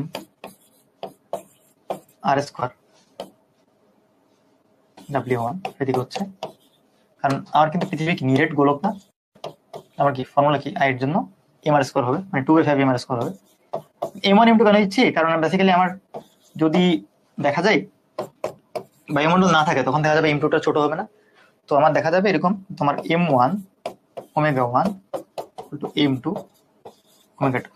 ω2 হচ্ছে তোমার যখন দিবস সরি যখন তোমার যে বায়ুমণ্ডল থাকবে না তখন, তাহলে হচ্ছে m1 বাই m2 ইন্টু ω1। তো বলো কে বড়? m1 কিন্তু বায়ুমণ্ডল থাকা অবস্থায় আর m2 কিন্তু বায়ুমণ্ডল না থাকা অবস্থায়, তাহলে m1 কিন্তু গ্রেটার দেন m2। m1 যদি গ্রেটার দেন m2 হয় তাহলে w2 w1 হবে। অর্থাৎ আমার বায়ুমণ্ডল না থাকা অবস্থায় আসলে বেশি জোরে ঘুরবে। গ্রেটার দেন w1 হয়, w1 কিন্তু 2 pi/t ছিল, তাহলে তার মানে এরকম হবে। উল্টাই দিলে তোমার অ্যাকচুয়ালি এরকম থাকবে না যে t2 লেস দেন t1, তাহলে বর্তমানে আসলে দিবসের যে ব্যাপ্তি সেটা কিন্তু কমে যাবে, তাই না? পর্যায়কাল মানে কি তোমার আসলে দিবসের ব্যাপ্তি, তাই না? পৃথিবী একবার ঘুরলে যে সময়টা লাগে সেটাই তোমার তোমার যে দিবস বা একদিন 24 ঘন্টা, এটাই তো, তাই না? 24 ঘন্টায় হচ্ছে একবার ঘুরে আসে। দেখা যাবে আমার 12 ঘন্টা হয়েছে বা 13 ঘন্টা বা 14 ঘন্টা, মানে 24-এর চেয়ে কম সময়ে হয়ে যাচ্ছে, তাহলে আমি বলবো দিবসের সময়ের ব্যাপ্তি হ্রাস পাচ্ছে। ওকে, এখানে এম এর কথাটা বলি। এম হচ্ছে কেন আমার m1 বড়, কারণ m1 হচ্ছে তোমার যখন বায়ুমণ্ডল ছিল তখন, আর m2 হচ্ছে যখন বায়ুমণ্ডল ছিল না। যখন ছিল না তখন আসলে ভরটা কম হবে না, আর বায়ুমণ্ডল না থাকলে কি বায়ুর ভরটা তো থাকবে না, বায়ুর ভরটা তো কম থাকবে। তো বায়ুর ভরটা আমরা বিয়োগ দিলে তখন কি m2টা ছোট হয়ে যাবে। তো এখানে দেখি এরপরে যদি হচ্ছে আর দেওয়া থাকে 2 কেজি ভরের একটা বস্তুর অবস্থান ভেক্টর মানে কি আর দেওয়া আছে আর ভি দেওয়া আছে, ব্যাগ দেওয়া আছে, বস্তুর কৌণিক ভরবেগের মান কত, তাহলে এল মানে আমরা কি জানি এম আর ক্রস ভি, তাই না? এম হচ্ছে 2, এখানে হচ্ছে আই জে কে, আর হচ্ছে আমার 1 - 2 2, আর এদিকে 2 - 4 2, এখানে কত হবে আই যদি নিয়ে নিই এটা হচ্ছে -4 + 8 - j 2 - 4। নির্ণায়ক তোমরা পারো, সো নির্ণায়ক পারো ধরে নিয়ে হচ্ছে আমি করতেছি। তাহলে কে যদি ইয়া করি -4 + 4 -4 + 4, ঠিক আছে? 2 4i এখান থেকে মাইনাস +2j, এটা হচ্ছে হবে। লিমিটে থাকবে হচ্ছে এল 8i + 4j। ওকে, মান বের করতে বলছে যখন, আমি হচ্ছে মানটা বের করব কি হবে, আমি জানি হচ্ছে যে কোনো ভেক্টর মান কেন বের করি √, এটা তাই না? এটা অ্যাকচুয়ালি থাকবে হচ্ছে তোমার কত থাকবে 4√5, okay, kg meter square per second inverse. Okay, এরপর হচ্ছে আমার ইউ দেওয়া আছে আর দেওয়া আছে, মূলবিন্দুর সাপেক্ষে কৌণিক ভরবেগ বের করো। সেম ম্যাথ, হুবহু সেম ম্যাথ, ঠিক আছে? ইউ দেওয়া আছে আর দেওয়া আছে, জাস্ট সেম ভাবে আমরা হচ্ছে কৌণিক ভরবেগ করব কি হবে equal to M R cross B. So আমরা এটা করতেছি না, সেম জিনিস, আমি তোমাদের জন্য এটা হোমওয়ার্ক হিসেবে রাখতেছি। সেম একদম হুবহু সেম। গতিশক্তির ব্যাপারটা কিরকম তোমরা হয়তো বা জানো, যে তোমার যদি যদি হচ্ছে একটা বস্তু জাস্ট লিনিয়ারলি মুভ করে রৈখিকভাবে, তাহলে আমরা বলি হচ্ছে রৈখিক শক্তি। সেটা হচ্ছে E K equal to half m v square, তাই না? নর্মাল যেটা জানি সেটা। যদি ঘূর্ণন গতিশক্তি হয়, যখন একটা জিনিস ঘুরতে থাকে, এটাকে আসলে আমরা এরকম লিখি না, জাস্ট বলি কি করতে যাচ্ছি, ওমেগা লিখি, ঠিক আছে? ই ওমেগা লিখি। সো ঘূর্ণন বোঝানোর জন্য ই ওমেগা লিখি। দেখো ই ওমেগা হচ্ছে হাফ আই ওমেগা স্কয়ার। কেন? কারণ এম এর জায়গায় কি বলছিলাম আই আসে, আর ভি এর জায়গায় কি আসে, রৈখিক বেগের জায়গায় কৌণিক বেগ আসবে। তো মনে করো যে একটা জিনিস সামনে মুভ করতেছে, সাপোজ এই বস্তুটা সামনের দিকে মুভ করতেছে ভি বেগে, তাহলে হচ্ছে আমরা এই ফর্মুলাগুলোটা ইউজ করব। যদি জাস্ট ঘুরতে থাকে, সাপোজ একটা বস্তু জাস্ট ঘুরতেছে ওমেগা, তখন হাফ আই ওমেগা স্কয়ার হবে, তাই না? জাস্ট হচ্ছে কৌণিক গতিশক্তি বা ঘূর্ণন গতিশক্তি থাকবে। যদি একটা বস্তু সামনে করতেছে আবার ঘুরতেছেও, সাইকেল চিন্তা করো না, সামনে মুভও করে আবার ঘুরতেছেও, তখন কিন্তু তোমার দুইটাই হবে। তখন তোমার মোট শক্তি হবে কত, ই কে প্লাস ই ওমেগা, এই হবে। আচ্ছা, যদি দেখি যে একটা বিন্দু বস্তুর জড়তার ভ্রামক হচ্ছে 5, কৌণিক বেগ হচ্ছে 65, কৌণিক গতিশক্তি কত? তাহলে আমরা জানি ই ওমেগা সমান ঘুরতেছে বলতেছে, ঘুরলে হচ্ছে আমার হাফ আই ওমেগা স্কোয়ার। ওকে, হচ্ছে 5, ওমেগা হচ্ছে 65।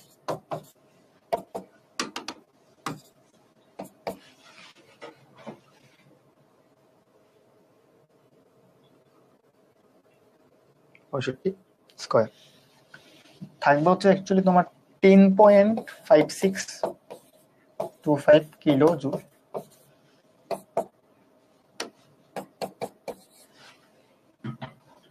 এটা তাই না? ওকে,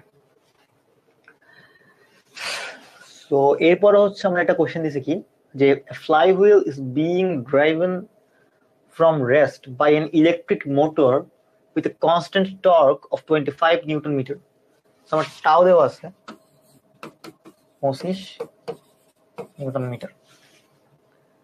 The moment of inertia of the flywheel is 5 kg meter. So মানে I হচ্ছে 5 kg meter square. What is the kinetic energy of the flywheel after 10 seconds? মানে 10 সেকেন্ড পরে আমার kinetic energy কত হবে?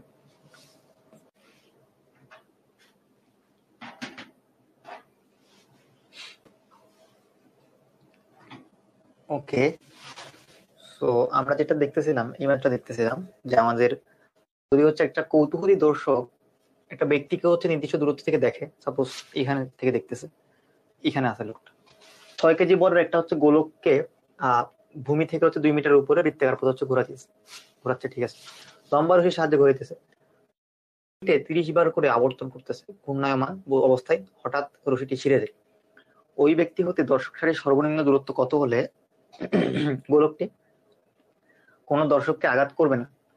তাহলে দেখো আমার ধরো এখানে ধরো জিনিসটা ঘুরতেছিল, তো এই মোমেন্টে ধরো জিনিসটা ছিঁড়ে গেছে, ছিঁড়ে গেলে কি হবে, সামনের দিকে মুভ করা হচ্ছে, এখানে গিয়ে পড়বে সাপোজ। আচ্ছা, তো পড়লে তাহলে চিন্তা করো এই ব্যাগটা একটা মিনিমাম ভ্যালু থাকবে, যে ভ্যালু হইলে তোমার হচ্ছে একটা সার্টেন দূরত্বে গিয়ে জিনিসটা হচ্ছে আঘাত করবে। এই ডিস্টেন্সটা হচ্ছে আমাকে বের করতে বলছে, যে মিনিমাম হচ্ছে কত দূরত্বে থাকলে তোমার হচ্ছে জিনিসটা নিরাপদ থাকবে। যদি কেউ থাকে সে নিরাপদ, এর আগে কেউ থাকলে কিন্তু তার মাথায় পড়তে পারে, তাই না? ওকে, তো আমার এই ভিটা হচ্ছে অ্যাকচুয়ালি আর ওমেগা, আর ওমেগা মানে হচ্ছে আর 2 পাই n বাই টি। এখানে আর হচ্ছে কত, আর হচ্ছে কত অ্যাকচুয়ালি এখানে বলে নাই, সো আমরা অ্যাকচুয়ালি একটু চেক করে নিই, ঠিক আছে?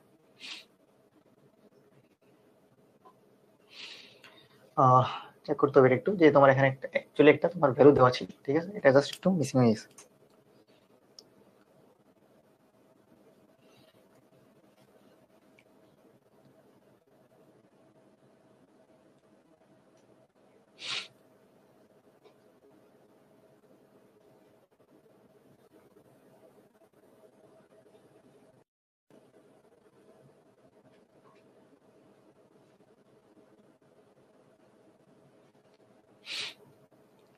চেক করি। আচ্ছা,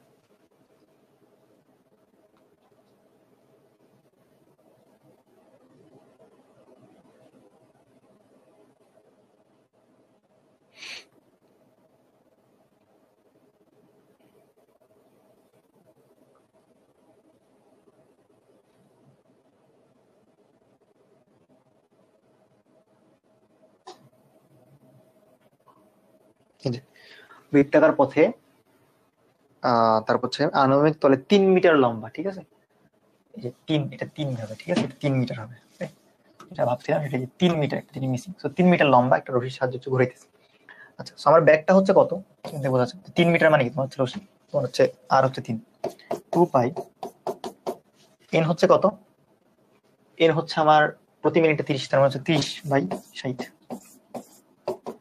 তাহলে অ্যাকচুয়ালি তোমার দাঁড়াবে 3 পাই মিটার পার সেকেন্ড। ওই ব্যক্তি হতে সর্বনিম্ন কত দূরত্বে থাকতে হবে, তাহলে চিন্তা করো আমার এখানে অ্যাকচুয়ালি এই উচ্চতাটা দেওয়া হচ্ছে 2 মিটার। আমরা জানি যেহেতু আনুভূমিক ব্যাগ, সো উলম্ব দিকে কিন্তু তোমার আসলে কোনো ব্যাগ নেই, মানে ব্যাগের পুরোটাই কিন্তু আনুভূমিক, উলম্ব দিকে কিন্তু কোনো ব্যাগ নেই।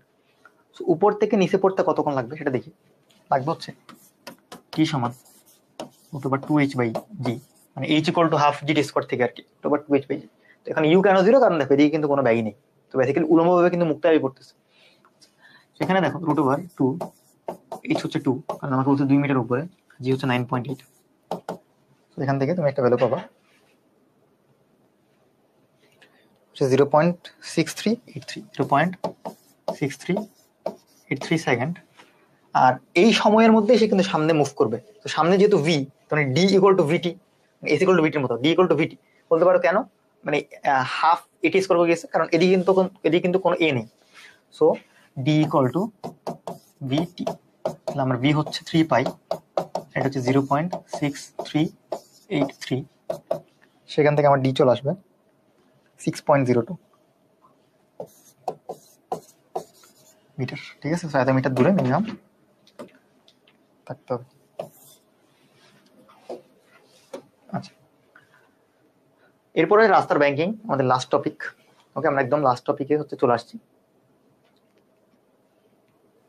দেখো লাস্ট টপিকে কি হচ্ছে, আমার ধরো রাস্তার ব্যাংকিং এর মধ্যে কি হয় যে আমার একটা গাড়ি হচ্ছে চলতেছে, জাস্ট রাস্তাটা একটু উঁচু থাকতে হয়, তাই না? উঁচু থাকলে আমার দেখা যায় হচ্ছে জিনিসটা হচ্ছে তোমার একটা কেন্দ্রমুখী বল পাই আর কি। সো কেন্দ্রমুখী বল প্রোভাইড করি আর কি আমরা অ্যাকচুয়ালি এখানে।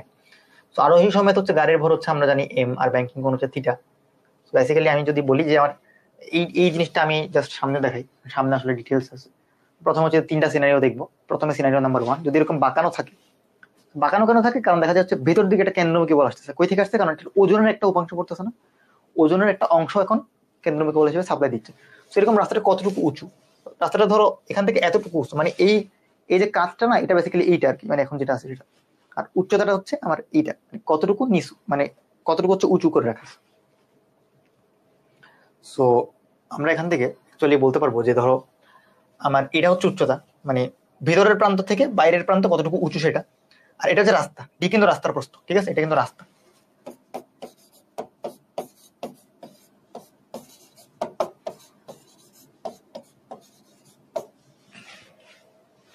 আচ্ছা, সো আমরা জানতে চাচ্ছি যে কত মিনিমাম কত ব্যাগে হচ্ছে এখানে ঘোরানো যাবে, মিনিমাম কত ব্যাগে হচ্ছে আমার গাড়িটা এখানে মুভ করতে পারবে।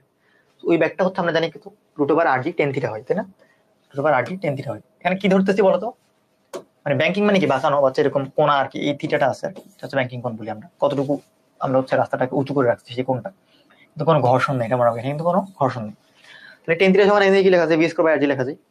এখান থেকে কি লেখা যায়, sin θ সমান h/d। ওকে, এরপর সিনারিও 2, যে রাস্তাটা একদম ফ্ল্যাট, মানে কোনো ব্যাংকিং নেই, কিন্তু রাস্তার মধ্যে একটা ঘর্ষণ আছে। তখন দেখা যায় একটা ব্যাগ আছে, সেটা হচ্ছে ম্যাক্সিমাম ভেলোসিটি, যে ভেলোসিটিতে আসলে একটা বাঁক ঘোরা যাবে আর কি, মানে একটা বাঁক বা হচ্ছে একটা সার্কেল হচ্ছে সে ঘুরতে পারবে। সেটা হচ্ছে তোমার √μs/g। μs হচ্ছে কি তোমার হচ্ছে স্থিতি ঘর্ষণ গুণাঙ্ক। ঠিক আছে, আমরা এই দুইটা ভ্যালু হচ্ছে জানবো। এরপরে এখানে কিন্তু কোনো ঘর্ষণ, এখানে কিন্তু ঘর্ষণ আছে, এখানে কিন্তু কোনো ব্যাংকিং নেই, মানে দুইটা সিনারিও, একটা ব্যাংকিং আছে ঘর্ষণ নাই, একটা ঘর্ষণ আছে ব্যাংকিং নেই। ওকে, 3 নম্বর সিনারিও হচ্ছে অ্যাকচুয়ালি তোমার সাইকেলের জন্য। সাইকেল যদি হচ্ছে থিটা কোণে যদি বেঁকে যায়,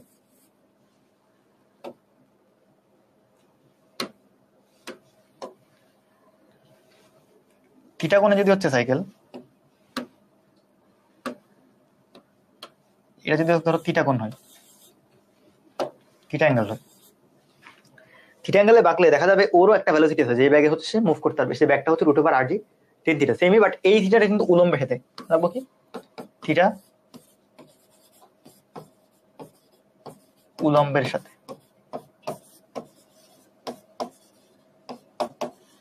কোন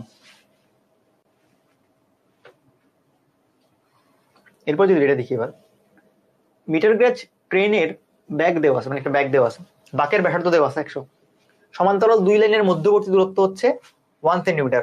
রেল লাইনের একটি পাত ভূমি থেকে কতটুকু উঁচু? তার মানে আলটিমেটলি কথা হচ্ছে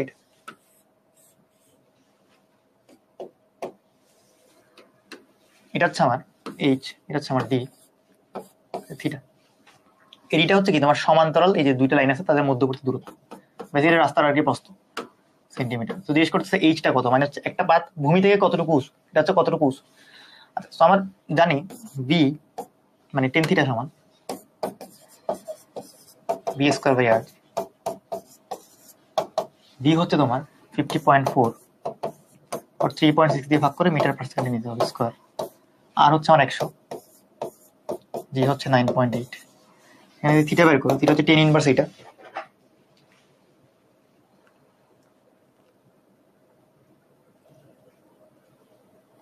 tan inverse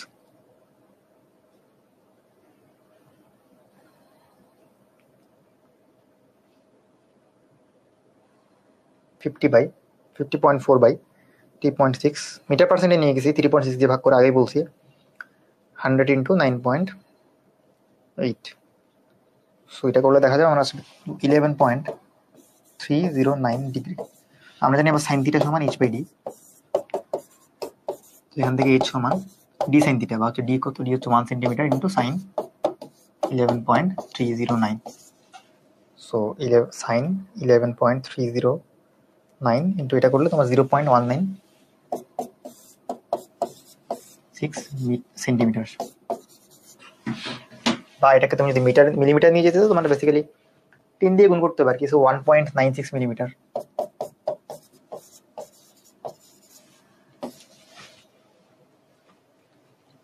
ওকে, সো বলতেছে হচ্ছে তোমার যে 200 মিটার ব্যাসার্ধ বিশিষ্ট বাঁকা পথে তো ব্যাগে গাড়ি চালাতে চাচ্ছে, কত কোণে করে রাখতে মানে থিটা জানতে। সো থিটা সমান আমরা কি জানি, tan inverse p square by r।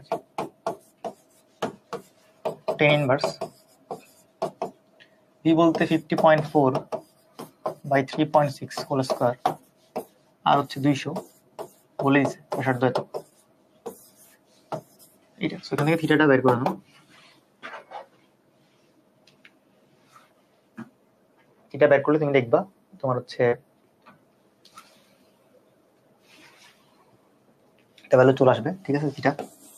আর এখান থেকে হচ্ছে তোমার বাইরের পার্শ্ব ভিতরের পার্শ্ব থেকে কত উঁচু, সো এখান থেকে basically h equal to d sin theta, ঠিক আছে।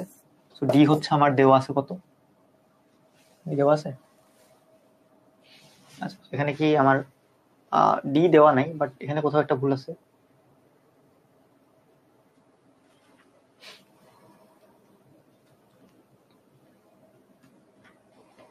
কোথাও একটা ভুল আছে, দাঁড়াও আমি একটু চেক করি। আচ্ছা রাস্তাটি এত মিটার, এটা কত একটা ভ্যালু হবে, এত মিটার প্রশস্ত, ধরো এটা ধরো আমার কত হবে, প্রশ্নত এটা হচ্ছে 1 হইতে পারে, বা হচ্ছে 0.5 টাইপ কিছু একটা হইতে পারে। এখানে ভ্যালুটা একটু চেক করে নিও, যত হবে আর কি। এটাই হচ্ছে আমার অ্যাকচুয়ালি ডি আর কি, এখান থেকে তোমরা ডিটা পাবো, আর সাইন থিটা তো পাইতেছই, সেখান থেকে গুণ করে দিলে পেয়ে যাবে। ওকে, এখান থেকে হচ্ছে ভ্যালুটা পেয়ে যাবে। এরপরে কোশ্চেনটা দেখো,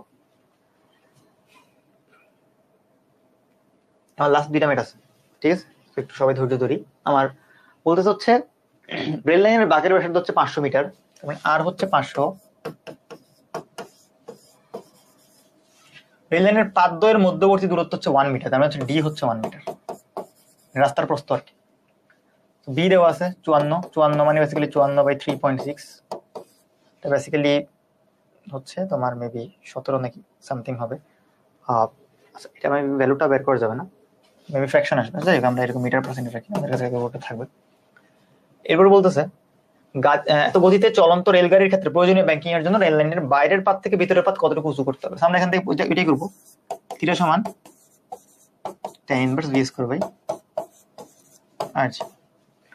আবার আমরা জানি হচ্ছে h equal to d sin theta, আমাদের h বের করতে হয়, তাই না।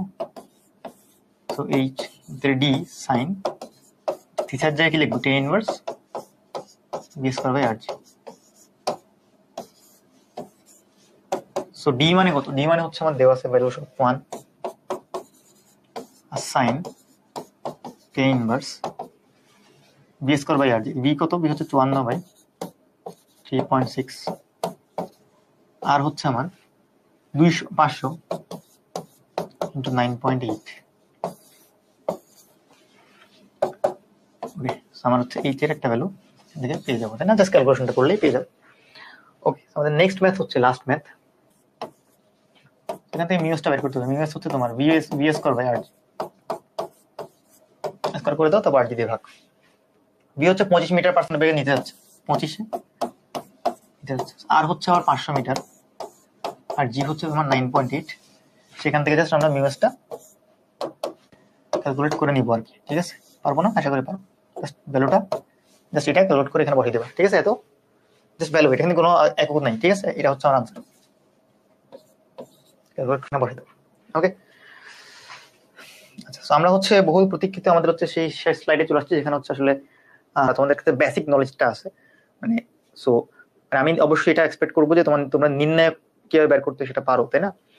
আর লব্ধি তোমরা P minus Q P plus Q কিভাবে করতে সেটা তোমরা জানো, এটা তো অ্যাটলিস্ট এক্সপেক্ট করবো, কারণ তোমাদেরকে অলরেডি ভেক্টরের ক্লাসও নিয়েছি, ভেক্টরেও কিন্তু এগুলো বলা হয়েছে। সো ওই হিসাবে হচ্ছে আমরা সবকিছু দেখাইছি আর কি। আশা করি তোমরা বুঝতে পারছো। অবশ্যই একটু করে হচ্ছে তোমাদের হালকা হচ্ছে জিনিসটা আসলে রিভাইজ করে এসেই হচ্ছে ক্লাসটা দেখলে হচ্ছে আরো হচ্ছে বেটার হচ্ছে তোমরা বুঝতে পারবা। সো আশা করি হচ্ছে একটা ভালো সময় গেছে, অনেক লম্বা ক্লাস ছিল, বাট সবগুলো টপিক হচ্ছে কভার করা হয়েছে। আশা করি হচ্ছে এরপরে হচ্ছে তোমাদের কোনো সমস্যা থাকবে না। সবগুলো টপিক হচ্ছে টাচ করা হয়েছে, সবগুলো টপিকের অনেকগুলো ম্যাথ করা হয়েছে, অনেকগুলো এমসিকিউ, তারপর হচ্ছে অনেকগুলা রিটেন কোশ্চেন, সবকিছু সলভ করা হয়েছে। BUET, Butex, IoT, even IoT English question গুলো কিন্তু ছিল, সবকিছু হচ্ছে সলভ করানো হয়েছে। আশা করি এবার হচ্ছে তোমরা মানে ফুলি প্রিপেয়ার্ড হইতে পারবা। সো শুধু এখানেই শেষ না, আসলে তোমাদের কনসেপ্ট বুক হচ্ছে দেখতে হবে, ঠিক আছে? কনসেপ্ট বুকটা হচ্ছে একটু ভালো করে পড়বা, তারপর হচ্ছে ফুল আইডিয়াটা হচ্ছে নিবা যে কিভাবে হচ্ছে সবকিছু হইতেছে, কনসেপ্ট গুলো হচ্ছে ক্লিয়ার রাখবা। আমার রেকমেন্ডেশন থাকবে যে তোমরা, আমি আশা করি যে হচ্ছে ম্যাক্সিমাম হচ্ছে এখানে তোমার এফবিসি এর হচ্ছে কোর্স গুলো করতো, সো ওইটা দেখলে আসলে আর হচ্ছে কোনো কনসেপ্ট আসলে বাকি নেই আর কি, বলতে পারো, নিউটন মেকানিক্স। সো আশা করি হচ্ছে তোমরা ফুলি প্রিপেয়ার্ড এই চ্যাপ্টারের জন্য। সো সবাই ভালো থাকবা, পরবর্তী ক্লাসে হচ্ছে দেখা হবে ইনশাল্লাহ। আসসালামু আলাইকুম সবাইকে, ঠিক আছে? সবাই ভালো থাকবে।